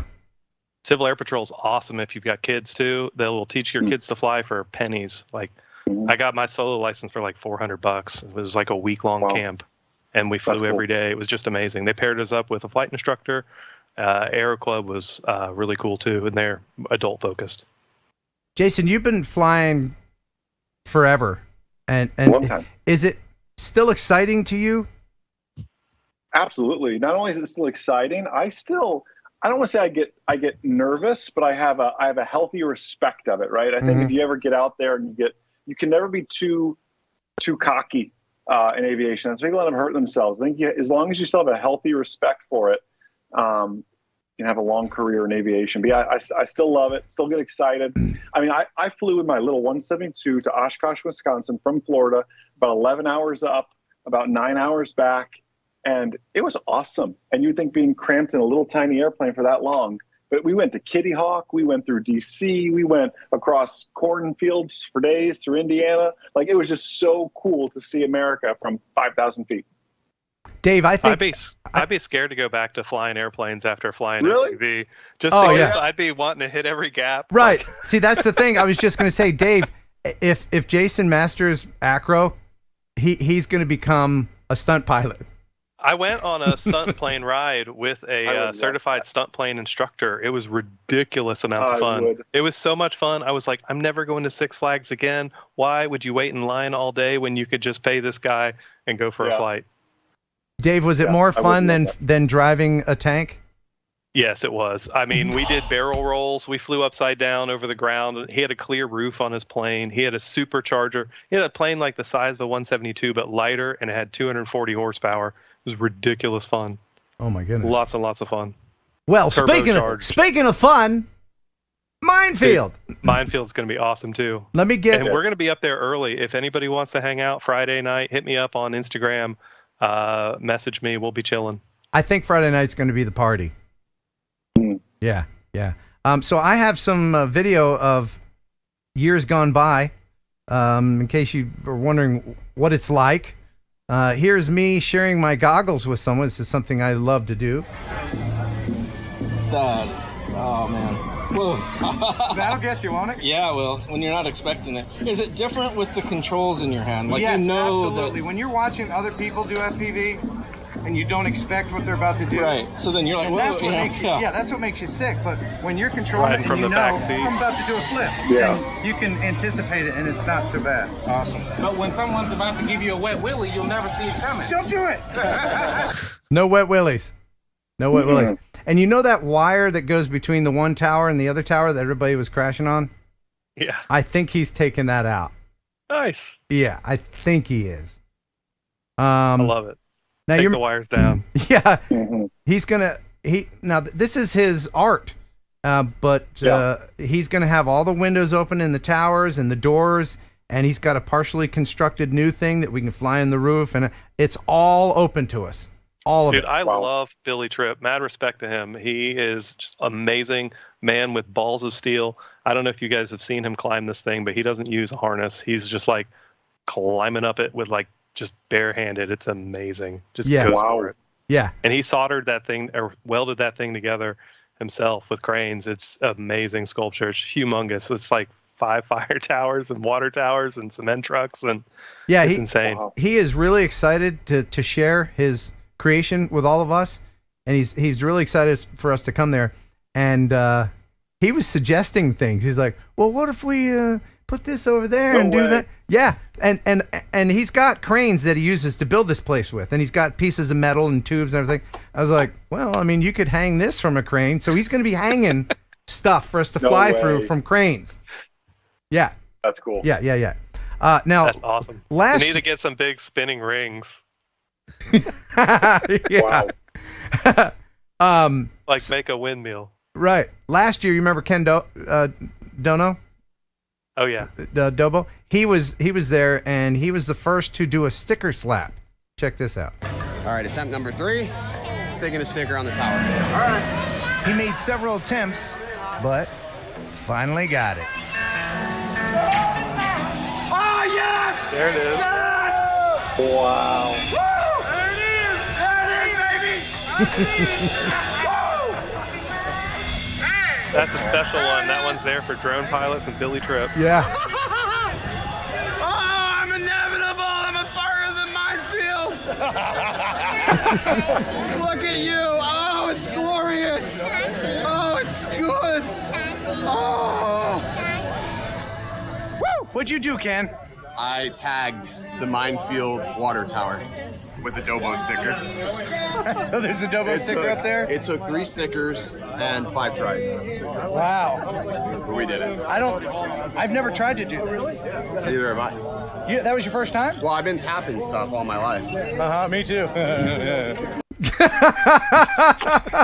So I've ordered special Heron slap stickers that I'll bring out. So how does that work? How does the slap sticker work? So glad you asked.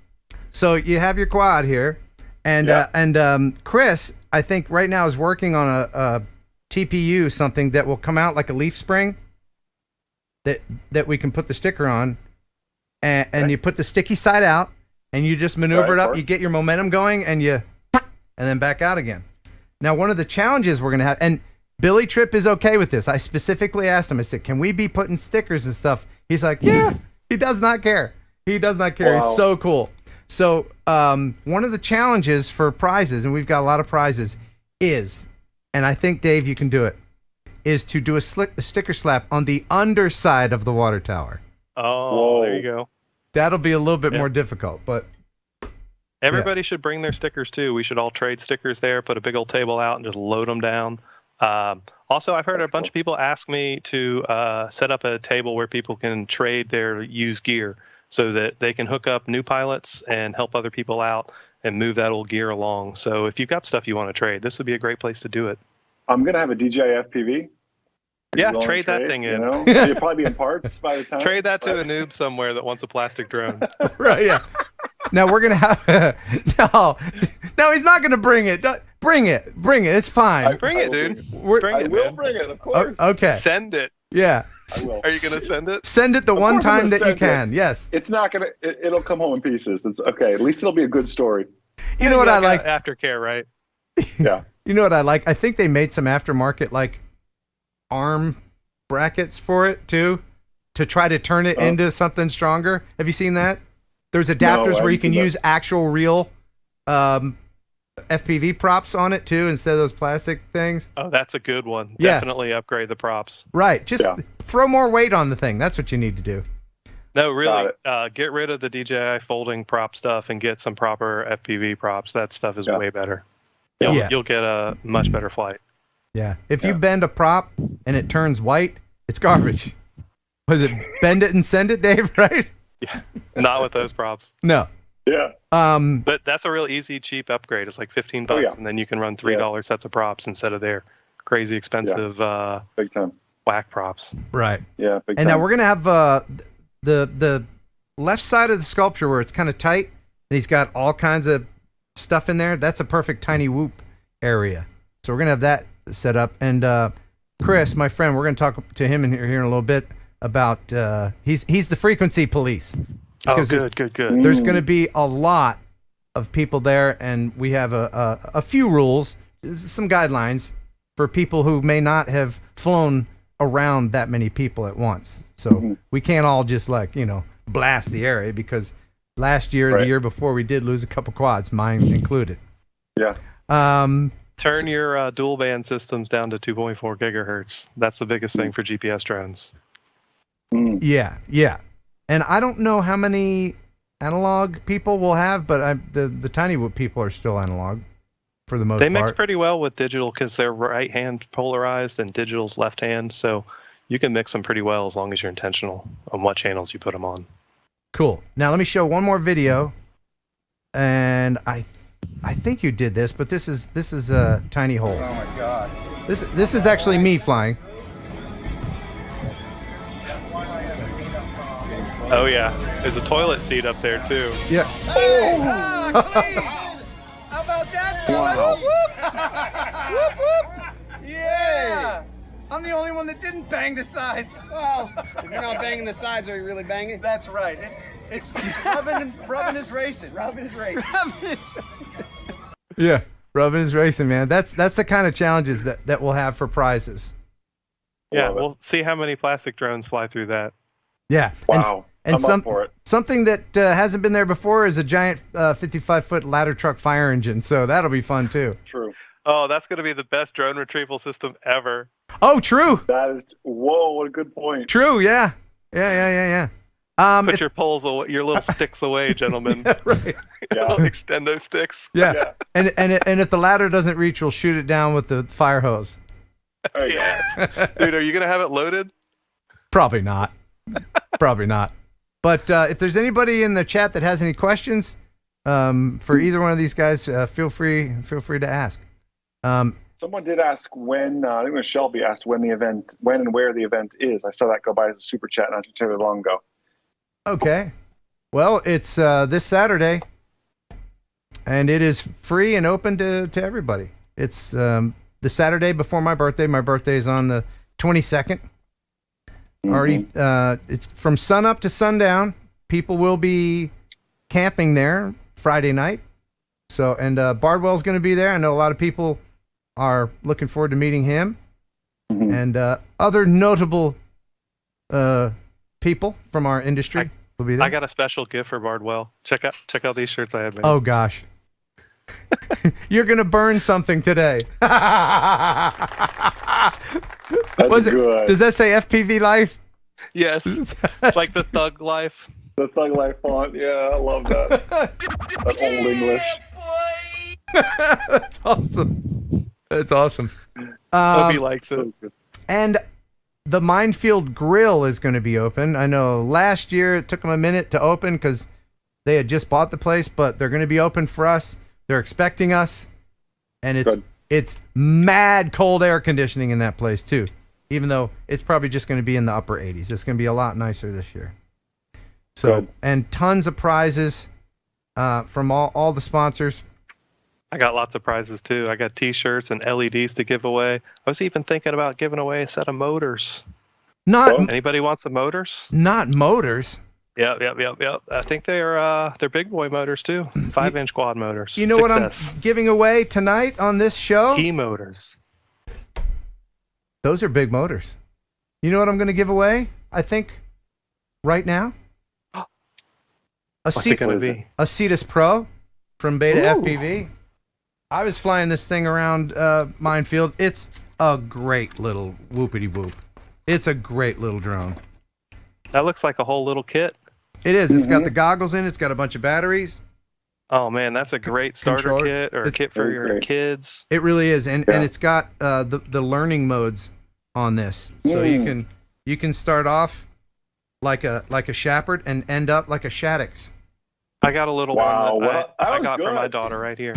From Schappert to Shaddix, it has it all. That's cool. Yeah. So how are we going to give this away? People are already saying, "Pick me, pick me." I don't know. Already started, What do we do? That's a really nice gift, though. It really is. We should probably make them jump through a few hoops. Yeah. How about the person that gifts the most memberships? No, I can't do that. They can't do that. That's actually illegal. No, you can't though. It's called prize and consideration. It's illegal to do that. If you ever see a channel do that, I'm going to give a prize to the biggest super chat. They can't do that. It's illegal. Otherwise, I'd be doing it. But I mean, if you want to gift some memberships, if you want a super chat, it won't hurt your chances. So you can go to Italy and then Hawaii. Oh my goodness, Josh Hawk! Woo! Damn! Look what he just did. Josh Hawk. Nice. Thanks, man. $100. Some Happy birthday birthday cash for cash. you. Wow! Wowie! Wow! Wow! Wow! All right, Josh Hawk. Congratulations. You just got yourself a. No, I'm just kidding. Josh, thank you so much. That is no small thing. Gosh, that warms my heart. Man, that is awesome. Lowers your blood pressure. Here is a special heartfelt message from Dave to Josh Hawk. And go. Thank you, Josh. Really appreciate you keeping it real and helping us keep the show going because it's really important to everybody in this drone community, even the ones that fly the plastic drones and the carbon fiber drones too. Everybody. Wow, there was shade thrown there. There was a little bit of shade. It's all good. I think you just got I a fly Dave's plastic drones too, handprint. man. I've got quite a few plastic drones. I've got a whole FB 107 license, and most of the business is shot on plastic. True. I'm not hitting the gaps with it, but making the money. Yeah, here you go. I like it. People are still doing pick me. And Josh Hawk, another $2. Thanks, man. He says no prize needed. I think I missed A2DEK with the $2. Thank you very much. Amazing. Nice. I knew you could do it. That was me figuring out Skype. Yeah, that was the big challenge of the night. And so how should we give this away? I did not think. Hey, why don't you have someone call into your Discord or something like that? Isn't that your dream? Ooh, yes. Let me go make ahead them, really and go out of their way. Like, this is serious prize. Make them call in and answer a question or something. Right. Okay. I just put my Discord link in there, and let me go ahead over to the Discord. Now I'm still so new at this, so I think I need to go into the chat's moving so fast I can't click the link. I'm just gonna do. Oh well, then I'll put it in there again. Moderators, if you could put the Discord link in there one more time. Okay. So it's beeping now, so I've done something. Yeah, I don't know how to do it. I did it. Everybody audio join room. Discord. Click Audio that link room right there. All right, if I click this audio room, then I think I'm going to hear every damn buddy. Let's try it. Oh, it's a... Hello? Greetings. Okay. Oh, hell. Make it stop. Love you guys. Hold on. Oh, God. Oh, now we're all in the audio room. Oh, I don't know what to do. I don't know how I'm doing it. Oh, God. Make it stop. Beep, beep, beep. Oh, I got it. I'll be right back. You guys hang out. Okay, that was madness. Thanks for joining. We couldn't hear anything. Yeah. You didn't hear anything? No, we couldn't hear that. You could hear Discord that. is blowing up with new members. It really is. I couldn't hear that. Where's my audio thing? Oh, okay, no. Oh, I know how to do it. Okay. Let's talk to Trevor. He was one of the very first people in. So I'm going to drag him over into here. I'm just doing an experiment. Trevor, you there? Trevor. No. Trevor. Yes, I'm here. There you are, Trevor. Hey, I learned how to Discord, Mom. Look at me. How you doing, buddy? Hey. Oh, very well, thanks, Ken. Excellent. Where are you? Where are you in the world? Ken, we can't hear Trevor. You I'm can't. in Port Lincoln, You can't hear him? Australia. We can't hear The Trevor. place that's way down under. Hold on a second. I can hear you. You're gonna break the internet. Yeah, you're gonna break Skype again. So you can't hear him? No, we couldn't. When you talked about the crazy audio earlier, we couldn't hear that either. So it's just come through your headphones for some reason. This seems like a Jeff Sills issue. Stand by. Why don't we bring Jeff Sills back on the Skype? Yeah. Let's see how that goes. Yeah, just put us both on hold. Yeah. This is the only reason I wanted the damn thing. All right, Trevor. I'm going to let you go, buddy. Wait, I apologize real quick. So in the chat, YouTube can hear him. Dave and I cannot hear him, so it's a Skype issue. Oh. Okay, so you're not listening. Okay, that makes sense. Because we're listening through Skype, so that makes sense now. So I apologize. Just saw it in the chat. So you talk to Trevor. Dave and I'll just sit here quietly and look at each other. Yeah, we'll pretend like we know what you're talking about. So I got. Trevor sounds so nice. Hey, Trevor, you there? Yes. Hey, say something horrible about Dave. He can't hear you. What? Oh, no. Frank. He does? crashes his drones all the time. It's Really big veiny ones? Yes. it is Oh my true. God. Yeah. He's not saying any of that. Oh, he did say that. You mean his mother? Oh. All right, we're gonna have to figure this out. Trevor, thanks, man. Love you. Mean it. Bye. I don't know how to. I don't know how to. I'm just gonna. I don't know how to. Now, all right. Now, shut up. Okay, so that's not gonna work. So Well, YouTube, no, it's fine. YouTube could hear it. It wasn't being broadcast back to Skype for some reason. right. So That's a problem we're gonna have to figure out. But thanks everybody for joining the Discord. I'll hang out there a little bit after the show. who's gonna win? By the way, I have no idea. This contest. All right. Somebody that just joined Discord. All right, Dave. We're gonna do pick me right now. Pick me. Dave. Give them, Dave, 20, 30 seconds to catch up? Dave, pick someone. Pick a user. Now you can pick someone that has the red pick me. That means they're a member. All right. And Jason, I want you to come. Now they're moving. I want you to pick a non-member. This is for the Cetus Pro from Beta FPV. All right. You both don't say who they are.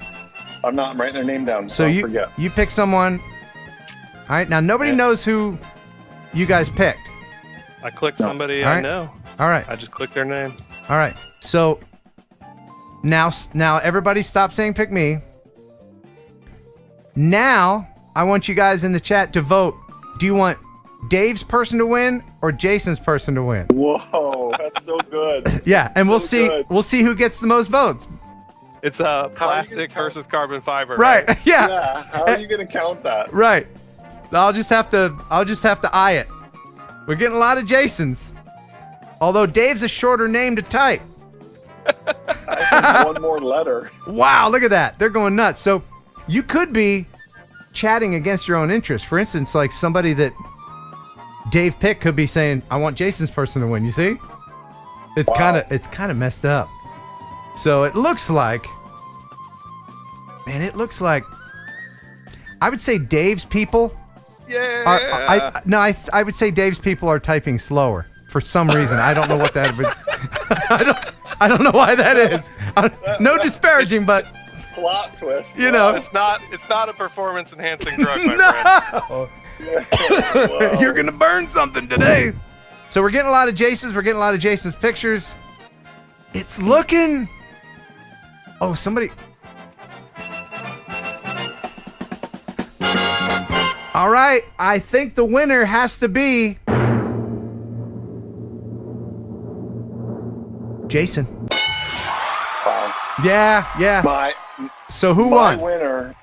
My winner is a non-member who I know will become a member of the Herringbirds today, I'm sure. Yeah. And that is Brett Baker.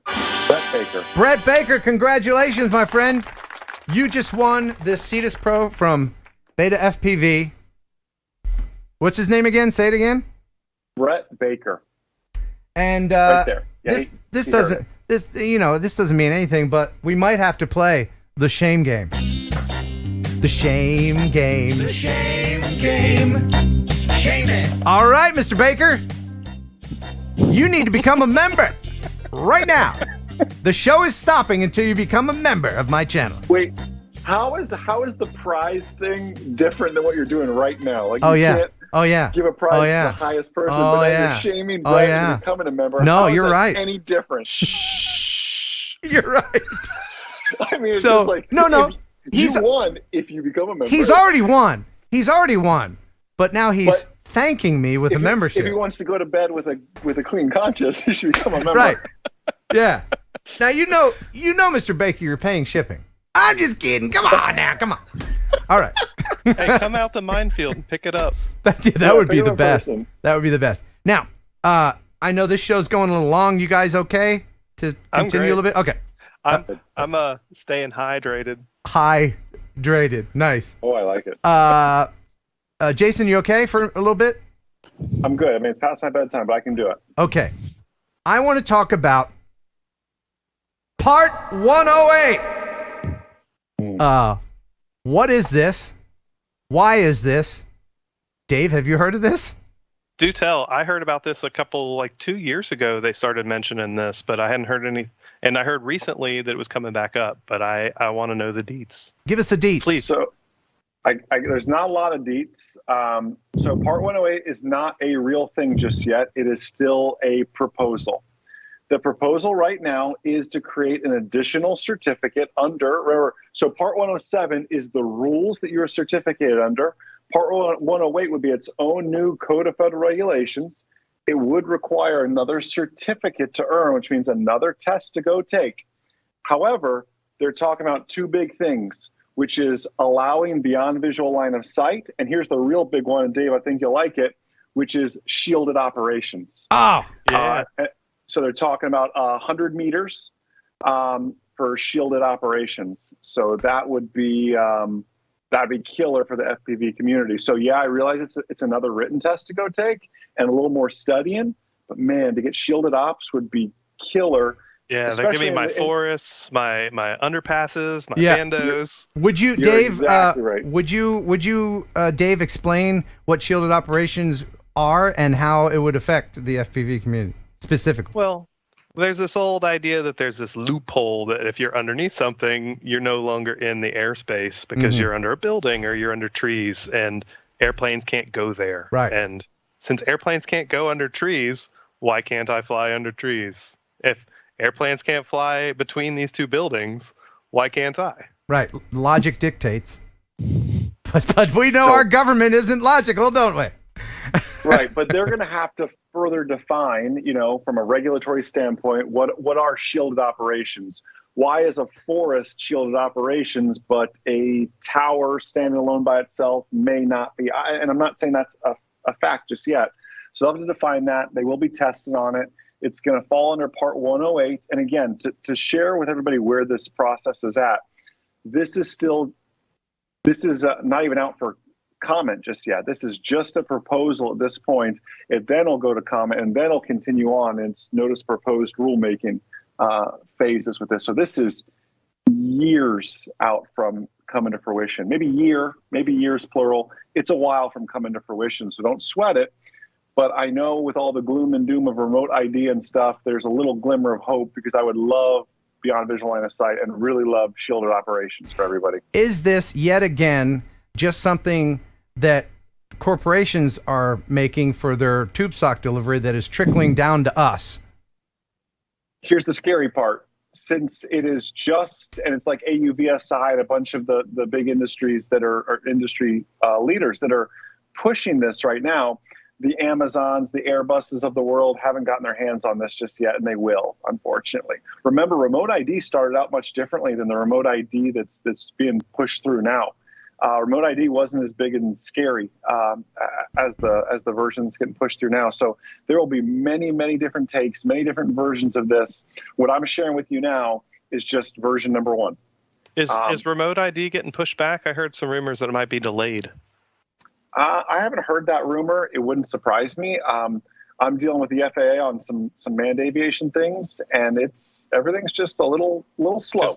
Because manufacturers are supposed to have it implemented next month. Yeah, yet it they is haven't getting released a spec for it yet. It is getting pushed back. It is getting pushed back. I can confirm Is that. it? Yeah, I don't know how far. It's going to have to. they can't get chips, they can't get anything. Right. And you're right, the manufacturers can't even produce it yet. So, but if this 108 thing becomes a thing, then will that be a course that you teach on, the no doubt. the old we're remote gonna, pilot? we're gonna be watching it really, really closely. Obviously, it will be a course that we will release, to the highest caliber and quickly and professionally and everything else to kind of love on this community and just give us more airspace to fly in and some really cool places. I mean, imagine this shielded operations opens up so many new airspace options and everything else. So I'm quite excited about that. Yeah. Now, by the time this happens, will you in your Part 108 instructional videos have gray hair, or? Wow. Will it be that long? If I keep hanging out with you and having all these Skype crises, it's possible. Skype crises. That's going to do it. Yeah. I highly encourage everybody to go out and get a 107 if you are even just drone curious.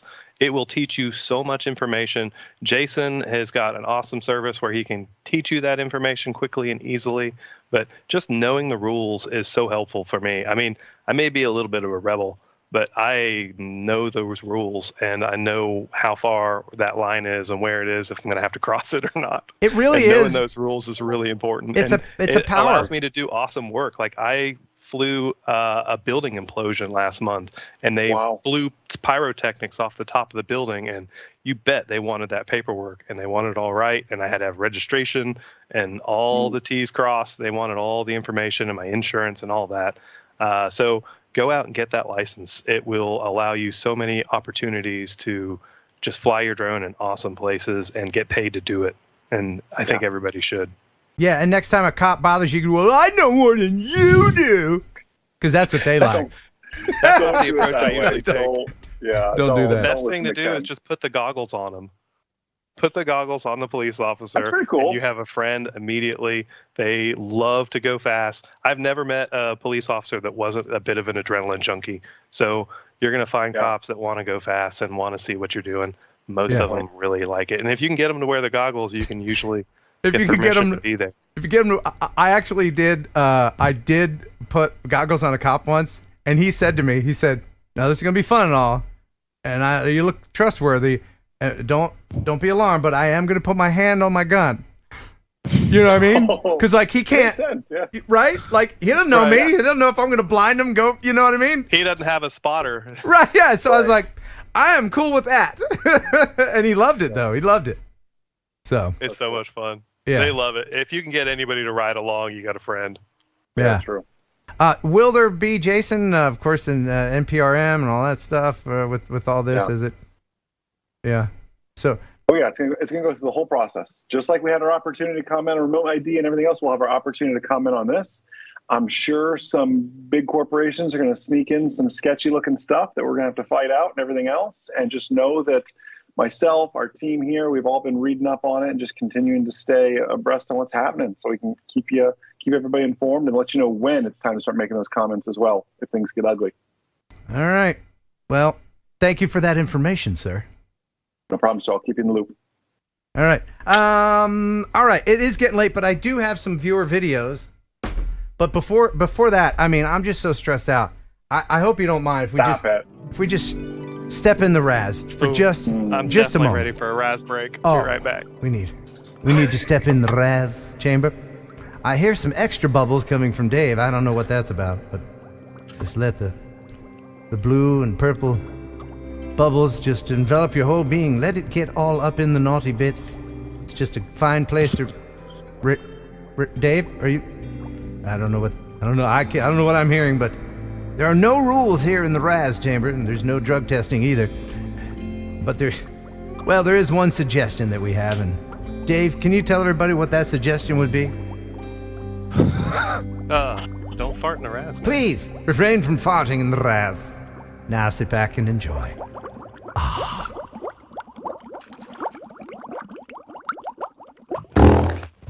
Northside Hawk, what the hell is wrong with you, man? Didn't we, Jason, you heard me say, please don't. Say it. And Northside Hawk, I mean, I understand the show is relaxing, but don't relax that much, Northside Hawk. Yeah, right when I had the aromatherapy going. The aromatherapy. Hey, Brett Baker, Thanks for the $5. Thank you so much for the drone, Ken. I am so pumped. I was just wanting to get an FPV quad. Thanks again, man. You are welcome. Nice. Now, if you forget Come where over that here. membership button is, it should be somewhere. I don't know. I mean, I appreciate the super chat and everything, but it should be. Dave, you want to tell them where it's somewhere down there, I think. Yeah, sign up for right here. Well, Get a there it is. membership if you're not already. And if you are a member, hit that super chat so we can keep this show going because we all love Ken. We want to see more of him. Aw. But we also want to see him go on the road and do awesome things. So let's get him out of that attic and on the road and let him flap his little wings. And I be a do. beautiful little I creature. need to flap my little wings. Now, I've got some other video that I want to share. If either one of you have to go, if it's Betty by time, you let me know. Okay. But I'm good. And if somebody wants to get an FPV quad and they don't know how to put it all together, hit me up. That's what I do. I'm a support and service guy. Reach out to me on Instagram. I'll help you fix your stuff. I'll help you build. Help you figure out what you need to get going. I am a totally helpful guy, and I Dave, like to do that. Is there a place where, like, maybe if they break a motor or need a battery or anything, is there a place where they can go to get something like that? Yeah, I got all the goods. I don't have any junk stuff, though. I'm sorry, there's no plastic quads on the site. Everything here is durable. This is stuff that I use, and I fly, and I support hand in hand. I work with these manufacturers to get all the best gear, and it is nothing but top quality. Only the highest quality parts. I see what you did there. I do all the 3D prints are custom, so you tell me what drone and what camera, and we make it exactly for your specifications. All about that hand-on approach and making sure things are done right. So yeah, hit me up. I'm happy to help, and we can fix your stuff too. And at Mindfield, my buddy Kong FPV is going to be setting up a build bench, and if you need help fixing your quads, you can come sit down and have like a master builder right there over your shoulder teaching you how to solder and put stuff together, and how to troubleshoot is really important too. Just learning how to recognize what is broken so that you can fix that one thing instead of throwing out the whole quad and starting again. That's really great. There's going to be quite a few youngsters there, some kids whose parents may be into this stuff, and what a great place to learn and try it out. But please don't park your car near the sculpture because, again, we're not responsible for your windshield. All right, so I want to play this video. I've told you about this. This is from TJ Grady. And I'm going to go ahead and start. This is awesome. I want to find out where this is, and I want to go there. I already did. It's a 10-hour drive, but I still want to go. This is really cool. Jason, you're going to love this. I'm ready. All right. He says, hey, Ken, I know you like abandoned things, so here's an airport that was abandoned with some aircraft left behind. They sell parts off of the remaining aircraft, like engines and flaps and stuff. The nose of the bluish plane here is now the nose for the 747 display at the National Air and Space Museum. Look forward to TNL, and sad that I can't make it to Mindfield this year. Happy birthday, Ken. And this is, incidentally, in Maxton, North Carolina. Now, I know, Dave, you're looking at this like, oh, yeah, I want to fly around that, right? Dude, I just saw pictures of this on Instagram today from an underground channel, and they never share the locations, but now we know. Maxton, North Carolina. I love it. You want to go with me? Now, look, you can fly right through there, right? Oh yeah. Stop it. See, Jason, this is the kind of thing you notice when you are an FPV guy. You're not going to put a plastic drone in that hole. Yeah, I am. Yeah, and there it will remain. Awesome. Thank you, TJ Grady. Oh, I love that. Any of you guys familiar with the Tail of the Dragon? The road, the famous road that people ride? Is that the motorcycle one? Yeah, it's like a motorcycle, sport car kind of. I mean, it's just a mountain road, but people have turned it into like the redneck Autobahn. But this is a crash from the Tail of the Dragon. And it's you just have to see it. It's a Tail of the Dragon crash. I think we can see. No, is it a car that's going to crash? No, of course not. This is a drone channel. We're doing a lot of left tracking right now. Yeah, we are. Seeing where we're going. We're just noticing. We're over the road. Oh, hell. Oh, see. Oh, yeah. Made it back to the ground though. Return to the earth. What do they call that again? When you're focusing too much on the what do they call it? Fixation. Target fixation. That's it. That's it. Yeah. They were looking at all the pretty cars. Before you start doing a big side swipe like that, turn and look and just make sure it's clear. Or have someone there watching. A spotter? A spotter. That's spotter's good. really good too. I've heard of those. Dave, have you used one of those? Oh yeah. Yeah, I've got an inflatable one that rides around in the car with me. Oh, and you can also ride in the HOV lane with that. Yeah. Yeah, it's totally legal. All right. Yeah. It's coming to the hotel room in Mindfield too. Oh, great. You're going to put goggles? We're going to see like with the goggles on. That'd be so funny. You're not. I wish you would though. All right, so this one's from Jeff Blank. And he says, I was watching your TNL show the other night, and in the segment when you mentioned steam engines, I remembered that I had a video I shot with my unique Breeze 4K drone of a Christmas train. Let me go ahead and get this going. This is this is really cool. So I think you'll enjoy, he says, the section where I almost lost my drone in a cloud of steam ash. So he's about to get his drone caught up in that. Needless to say, my nice white drone had a grayish black coating afterwards. So I bet. Yeah. Oh. IFR. Yeah. Just climb. Just climb out of it. Right. Yeah. That is cool. I can't wait till my NDA is up and I can share that building implosion footage with you. You'll see some ash in that shot. It's wild, man. Can you describe it? Can you describe it for us? They blew up the two tallest buildings in Tuscaloosa on the University of Alabama campus, and it's right next to the stadium. So they had me fly past the stadium and catch all the VIPs up there, and I didn't realize this, but a lot of news trucks and stuff had their big cameras up at the top of the stadium. So after the building implosion, the building drops down, I fly out of the dust cloud, and every news channel you can see my drone just like fly right across their faces at the end of it, flying out of the cloud. What drone did you use? What one did you? I used a 5-inch Armaton Marmot with a Hero 10 on it. Did it have lights? No, after seeing all the footage, I was like, man, I wish I'd had the lights. But you know, it's a 107 gig, so I don't want to like taint the video with green light. Can I show people what? I would love it, man. What Dave lights look like? Yeah, my lights are intense. Jason, have you seen this? Cool. Have you seen it? You post on I think on Instagram. Yeah. I saw a discussion on the multi-GP threads on Facebook. This is the racer that race drones, and they were trying to say whether or not they should ban my lights because they're too bright. They are ridiculously bright. And I'm like, well, if you want to ban them, but I love them. I think they're perfect, and I've got really, really good stuff coming too. I've been working with my my counterparts overseas to develop a brand new set of RGB lights, and they're going to be able to change colors. I put some of the. I put some of your. It'll be 4 millimeters wide and durable, just like my existing strips, but you have to have a little controller chip and allow you to control them with a flight controller or on your the knobs on your radio. Change the colors as much as you want, or set them to a rainbow or flash red and blue. The lights, they don't draw much power, do they? Nothing. It's like 0.2 to 0.4 amps, depending on the voltage you're running. It's nothing. Somebody asked what that doesn't affect your flight time at all. What the candle power is. How many lumens? How many lumens? You know how many lumens it is? I don't know how many lumens it is, because the lumen is like judges how much light is in like a 1-foot box, and they're 3-foot long strips. Right. But it's a lot of light. It's you need sunglasses to operate them. I am in the middle of putting some of these light strips on my motorcycle, and I've already put some on my skateboard. Nice. Yeah. They're so bright.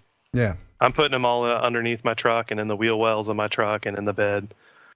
And they'll run on 12 volts too? There's two versions. There's a 3 to 4S that'll run on 12 volts, and then there's a 6S version as well. Okay. Then these were the 6S, and they're a little brighter, I guess.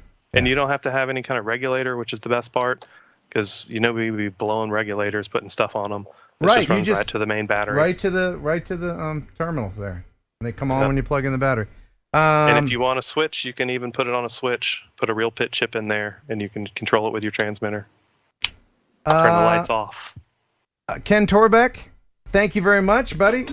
For the $5, he says, Mindfield attendees, I can't make it. Oh, no. Please post pictures with your Mindfield button on the Discord.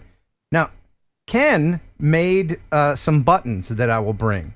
I have. Awesome. I'm going to bring the cop car, the drone patrol, Cool. and so for the kids or whoever is a kid at heart, I have buttons of my cop car logo on there to hand out, and I also have buttons with the Mindfield sculpture logo on it as well. And I thank Ken very much for that. And Craig Fisher, thanks, buddy. Don't blame Northside, Ken. It was me. Okay, thanks. And Shelby Vol with $2. He says we are building a wing with the blue and orange lights. Oh yeah, I guess. the LEDs. The wing love them because you can embed them right in the wing, and they're low profile and 3M backing, so they stick right on. Right. And I've seen a lot of Shelby's chase videos where he'll have a FPV quad chasing him, and his wing is so bright. Yeah, it's really cool. They do marker lines down inside the foam and just lights all the foam up. It's beautiful. That's cool. Jason, have you ever flown a foamy? Never flown a foamy. Would love to, though. I think you'll get your chance Saturday. Yeah? I would love to see a That'd be man super cool. pilot flying I'd be all about it. That'd be super cool. on an RC plane. Yes, we'll have to do that. I bet you'll have the would love it. smoothest landings ever. Well, about that, but I'd be excited to do it. It's fun. All right, I've got a couple more videos here. Are you sure you guys are okay? This is kind of a long show. We're good. All right. We're good. So this is from Sven. We love Sven. He says, this year I've had a lot of time to go flying during the holiday. And one day I went out to the church at, oh God, I'm going to start this video while I try to pronounce this. All right. There's Sven right there. All right. The church at, it's got like a zero with a line through it. How do you say that letter? Ringkøbing Ford. Ringkøbing Ford. It's not Fjord. Yeah, it is Fjord. It's Fjord. Okay. Anyway, it's in Denmark. I thought it was Ford. Ford. F-O-R-D. Made Fjord tough. Oh, that's nice. I like that. Yeah, and this is Epidemic music, by the way. I think this is an excellent use of a plastic drone. Absolutely. Good job.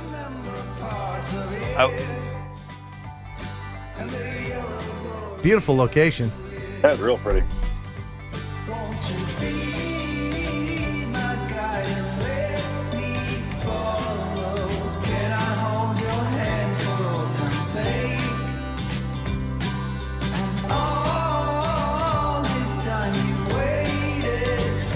Good editing too. Oh yeah.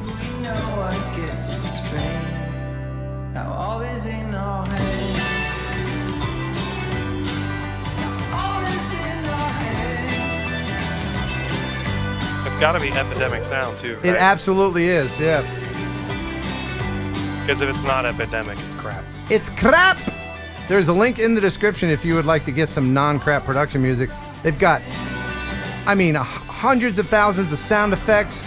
If you like this song but you don't like the vocals, there's a version without the vocals. It's very, very extensive library. Epidemic sound. I love that. To be able to just make it instrumental and shut the guy up who's wailing. Yeah, and if you like the guy in particular, well, then you can just have just the acapella of the dude. That's a great thing. And I have a joke for you that I just made up. Ready. Okay. Why didn't the guy from Denmark have a boat? Don't know. He couldn't afford it. Ha! Ha! Wow. Tough room. All right. That was good. That was good, wasn't it? Man, I should get a job on one of the late night shows. All right. Stop being a morning host. So the show is getting long, so I'm going to leave this up to Jason Schappert for the last video, for the viewer video of the week. Who will win, okay? Is it Mountain FPV Dive or Pacific Coast Highway? You know what I'm voting for? It's a Mountain FPV Dive. Okay. Well, then, congratulations to Caroline Tyler. We've seen some videos from her before. She says, hey, Ken, here's me diving a mountain, admittedly not a huge one, whilst I was on break in the Lake District. This was my 5th attempt, as I have never tried this sort of thing before and had to practice the shakes away. You know when you get that adrenaline? Because when you're diving and you're also doing proximity and you're going very fast, that'll give you the adrenaline. That's when you know, Jason, oof. Oh, oof. I like it. You feel like surfing's what got me into FPV. It was watching Gab 707 fly down the sides of these mountains like he was wearing a wingsuit or something, and I was just like hooked. I had to do it. Yep.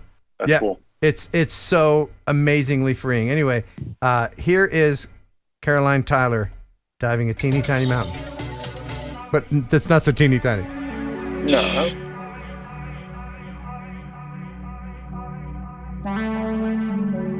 It's a gorgeous spot. What country is this? She says the Lake District. She's not specific. I don't know where that is. That's a beautiful district of that lake. Yeah. Yeah.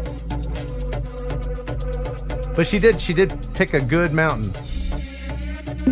There's a small mountain. Yeah. Be serious. But I mean, if you crash on that mountain, you can still retrieve it. It would be a hell of a walk, but you can still get it. Yeah. And then you can fly from the top. Right, yeah. I mean, assuming your drone's made out of carbon fiber. Right. True. Yeah, Dave. The burns. I'm just saying. Like, if you crashed your Mavic up there, you walk up there, it's going to be a sad walk back. But if you walk up there with a carbon fiber drone and find your drone on the side of the mountain, it's going to be awesome, and you're going to fly again. Yeah. From the top. Mm-hmm.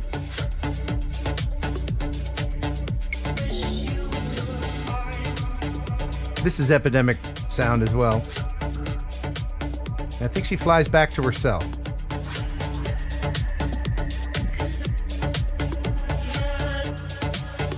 Would this be considered long range, Dave?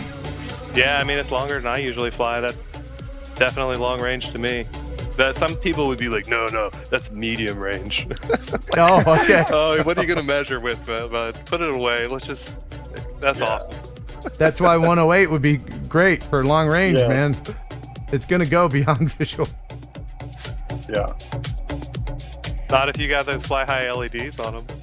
True. The new ones will even do the beacon, so that I think that I haven't had them verified yet if they're visible from 3 statute miles, but I think they're going to qualify for your nighttime lights too. What do you need to qualify for that? I thought it had to be a strobe. It has to be a strobe, and I can do the strobe beacon with the new ones. They're addressable. The new RGB ones, you can have a bright white strobe that is super bright. Because when you've got the white on, it's all the colors at the same time. It's 980 chips per meter. It's a lot of LEDs. It's a lot of LEDs. The new ones are like twice as dense as the old ones. Huh. A lot more lights. Cool. Well, I guess that's it. Do we have a full show? Did I miss anything? Shane McQuillan, Shane M. How do you say McQuillan? Shane, thanks for the $14.99. Is that AS? Is that Australian? That's Australian, right?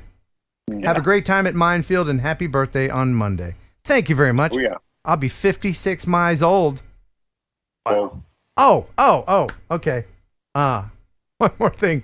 And I'll ask everybody, please. I will have a young lady with me. And her name is Jennifer. And I've been seeing her for a little bit. And be nice to her. Okay. You really like her? I do, yeah. She's really cool.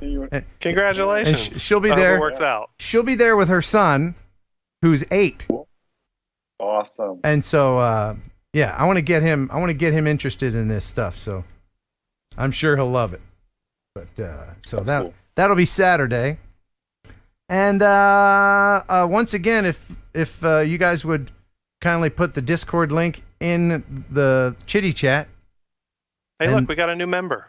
No way. Yeah, Will Robertson. Will Robertson. Danger, Will Robertson. Danger.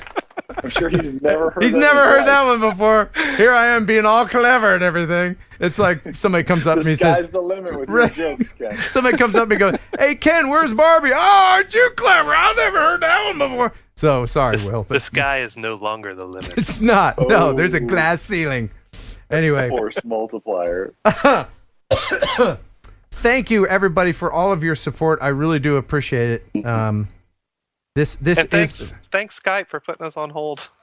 Yeah. Yeah. Appreciate that. Oh, wait a minute. Hold on. Hold the phone. I almost forgot my buddy Chris. Buddy Chris. He's Jacks. Yeah, Chris Jacks. I'm going to have to say goodbye to one of you. And I guess that'll be, eeny, meeny, miny. Let's say, Jason looks tired. Are you tired, Jason? Do I look tired? He does. No, you never look tired. You're ready to go all the time. Always. But I don't know how to hang up on just one of you. So I'm going to hang up on both of you. Bye. All right. Bye, guys. I appreciate it. Thank you. May the Skype be with you. Yes. Love you. Mean it.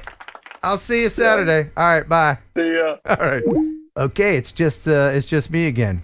Now I'm going to call Chris. And we're going to talk very quickly because the show is going so long. Please stand by. Has this been in my face the whole time? That? I don't know.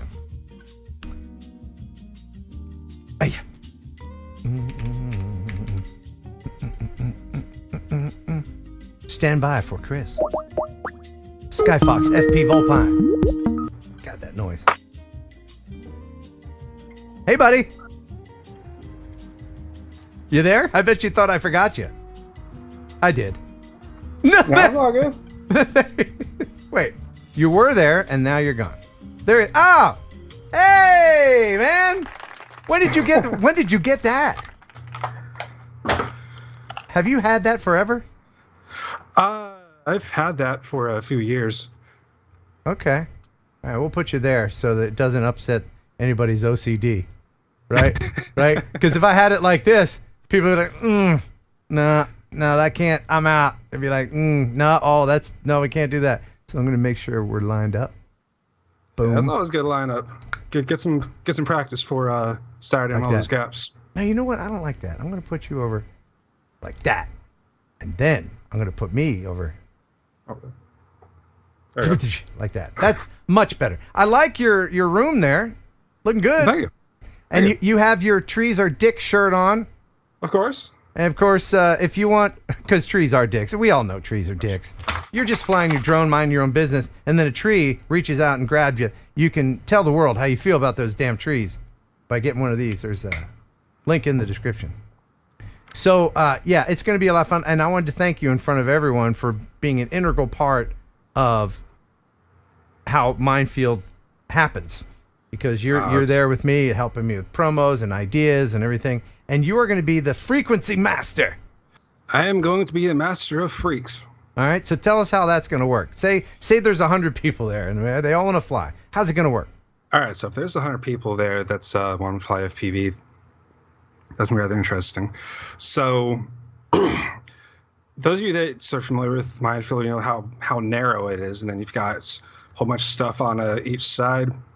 So in order to reduce traffic and to hopefully prevent anyone falling out of the sky, maybe Ken won't get blasted out this year. Yeah. We're only going to have 5 channels open, race band 1 through 5. So digital 8, which is also analog 6, that one, no can do. If anyone's on analog and someone plugs in on digital, they are going to get blank. So for digital, does it matter if we're at 50 or 25?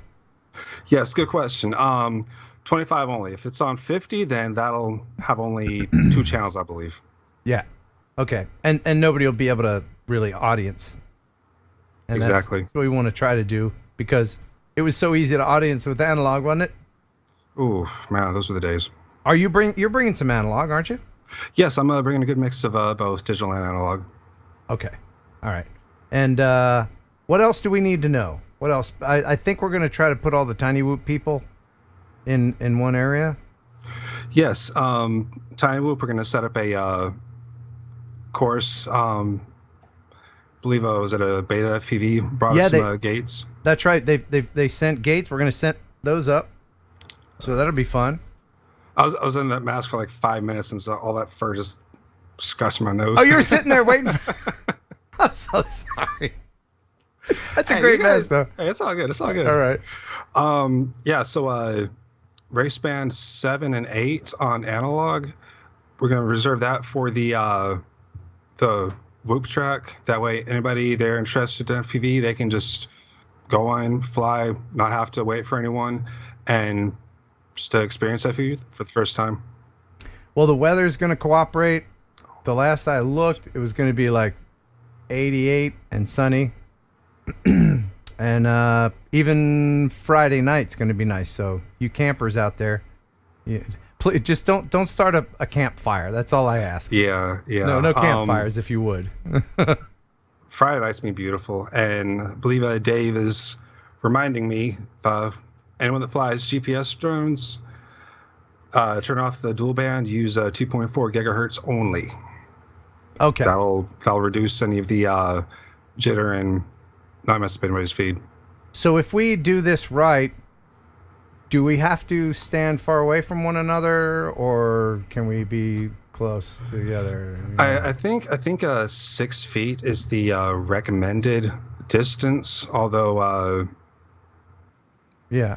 So for people that don't know what's actually happening when you're flying with a big group of people, digital, what happens with digital?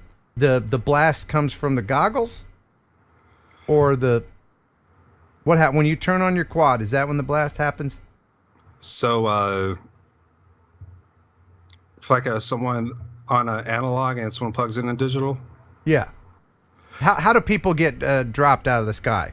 Because a lot of people may not have experienced that before. I wish I was one of them, but you can just be flying, and it doesn't matter how far your quad is because you're getting blasted out. Yeah, I believe it's a combination of the both. If someone's on a channel 1 on analog, and then someone they plug in digital, they go to channel 8 for a few seconds, and then they'll drop to channel 1. As soon as they hit channel 1, it's not even static. It's like a blank gray screen. It's really interesting. It's interesting if you're in the air. Yeah. So nobody wants that. So just remember to yell out what you're doing. Plugging in, whatever, your channel. Hopefully it's not going to be mayhem. We're going to try to have some semblance of some frequency organization. But I'm sure we can all cooperate and work it out.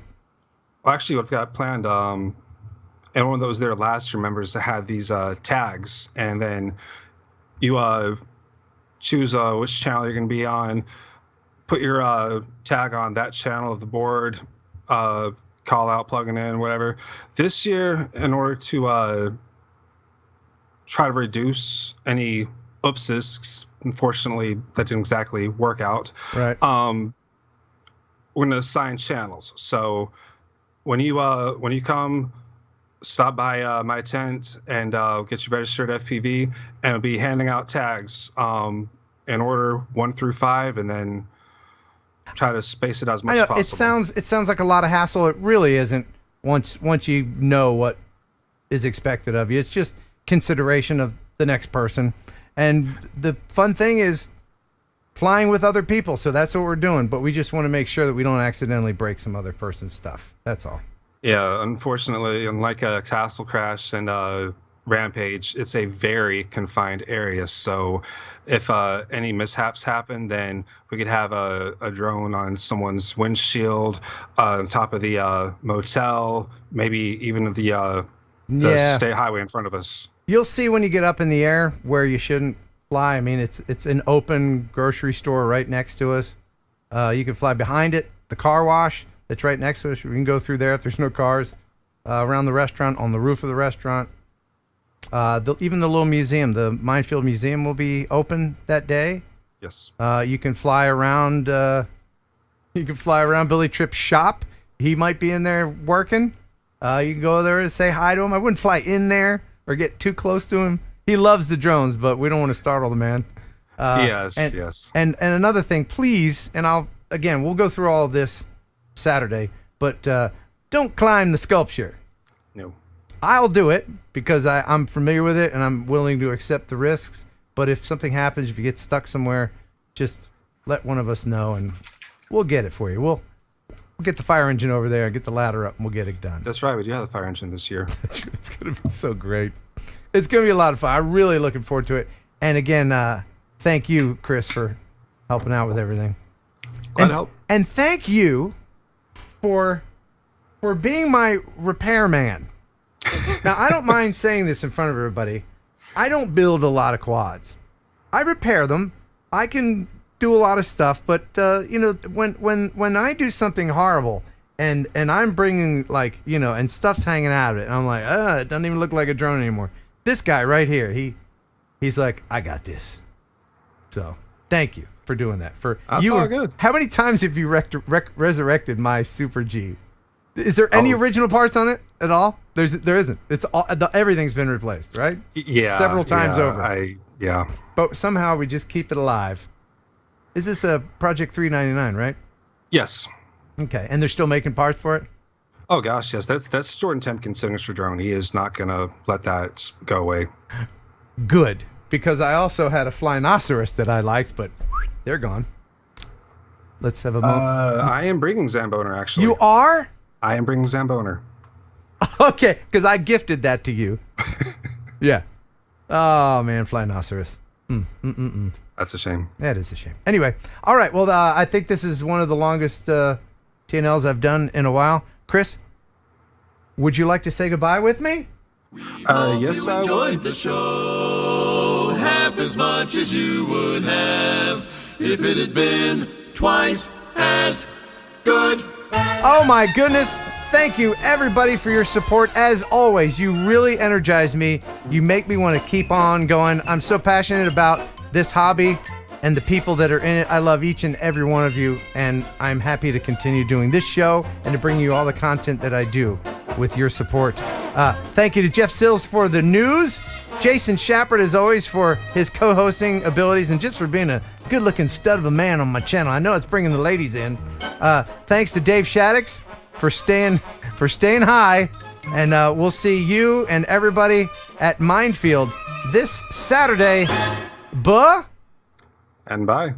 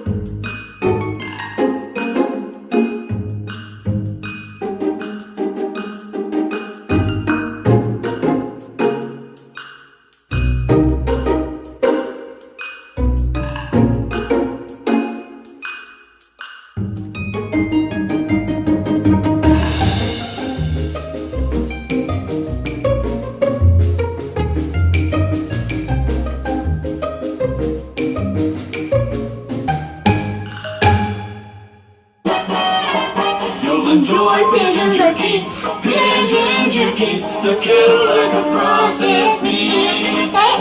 Enjoy pigeon jerky, and you'll give your family a treat. It's balanced nutrition to help them grow, and it's full of fiber to make them grow. You enjoy pigeon jerky, a killer could process meat. Yeah. That was so funny. You'll enjoy Thursday Night Live with Ken Heron and Kelly, Jeff and Ashley too. There'll be fun and quizzes and Kelly's misses. The bird is the word in the news. It's the #1 live stream, it's got pizzazz. There's only one rule, don't fart in the rats. If you think it's funny, super chat some money, 'cause TNL is here for you. Yeah!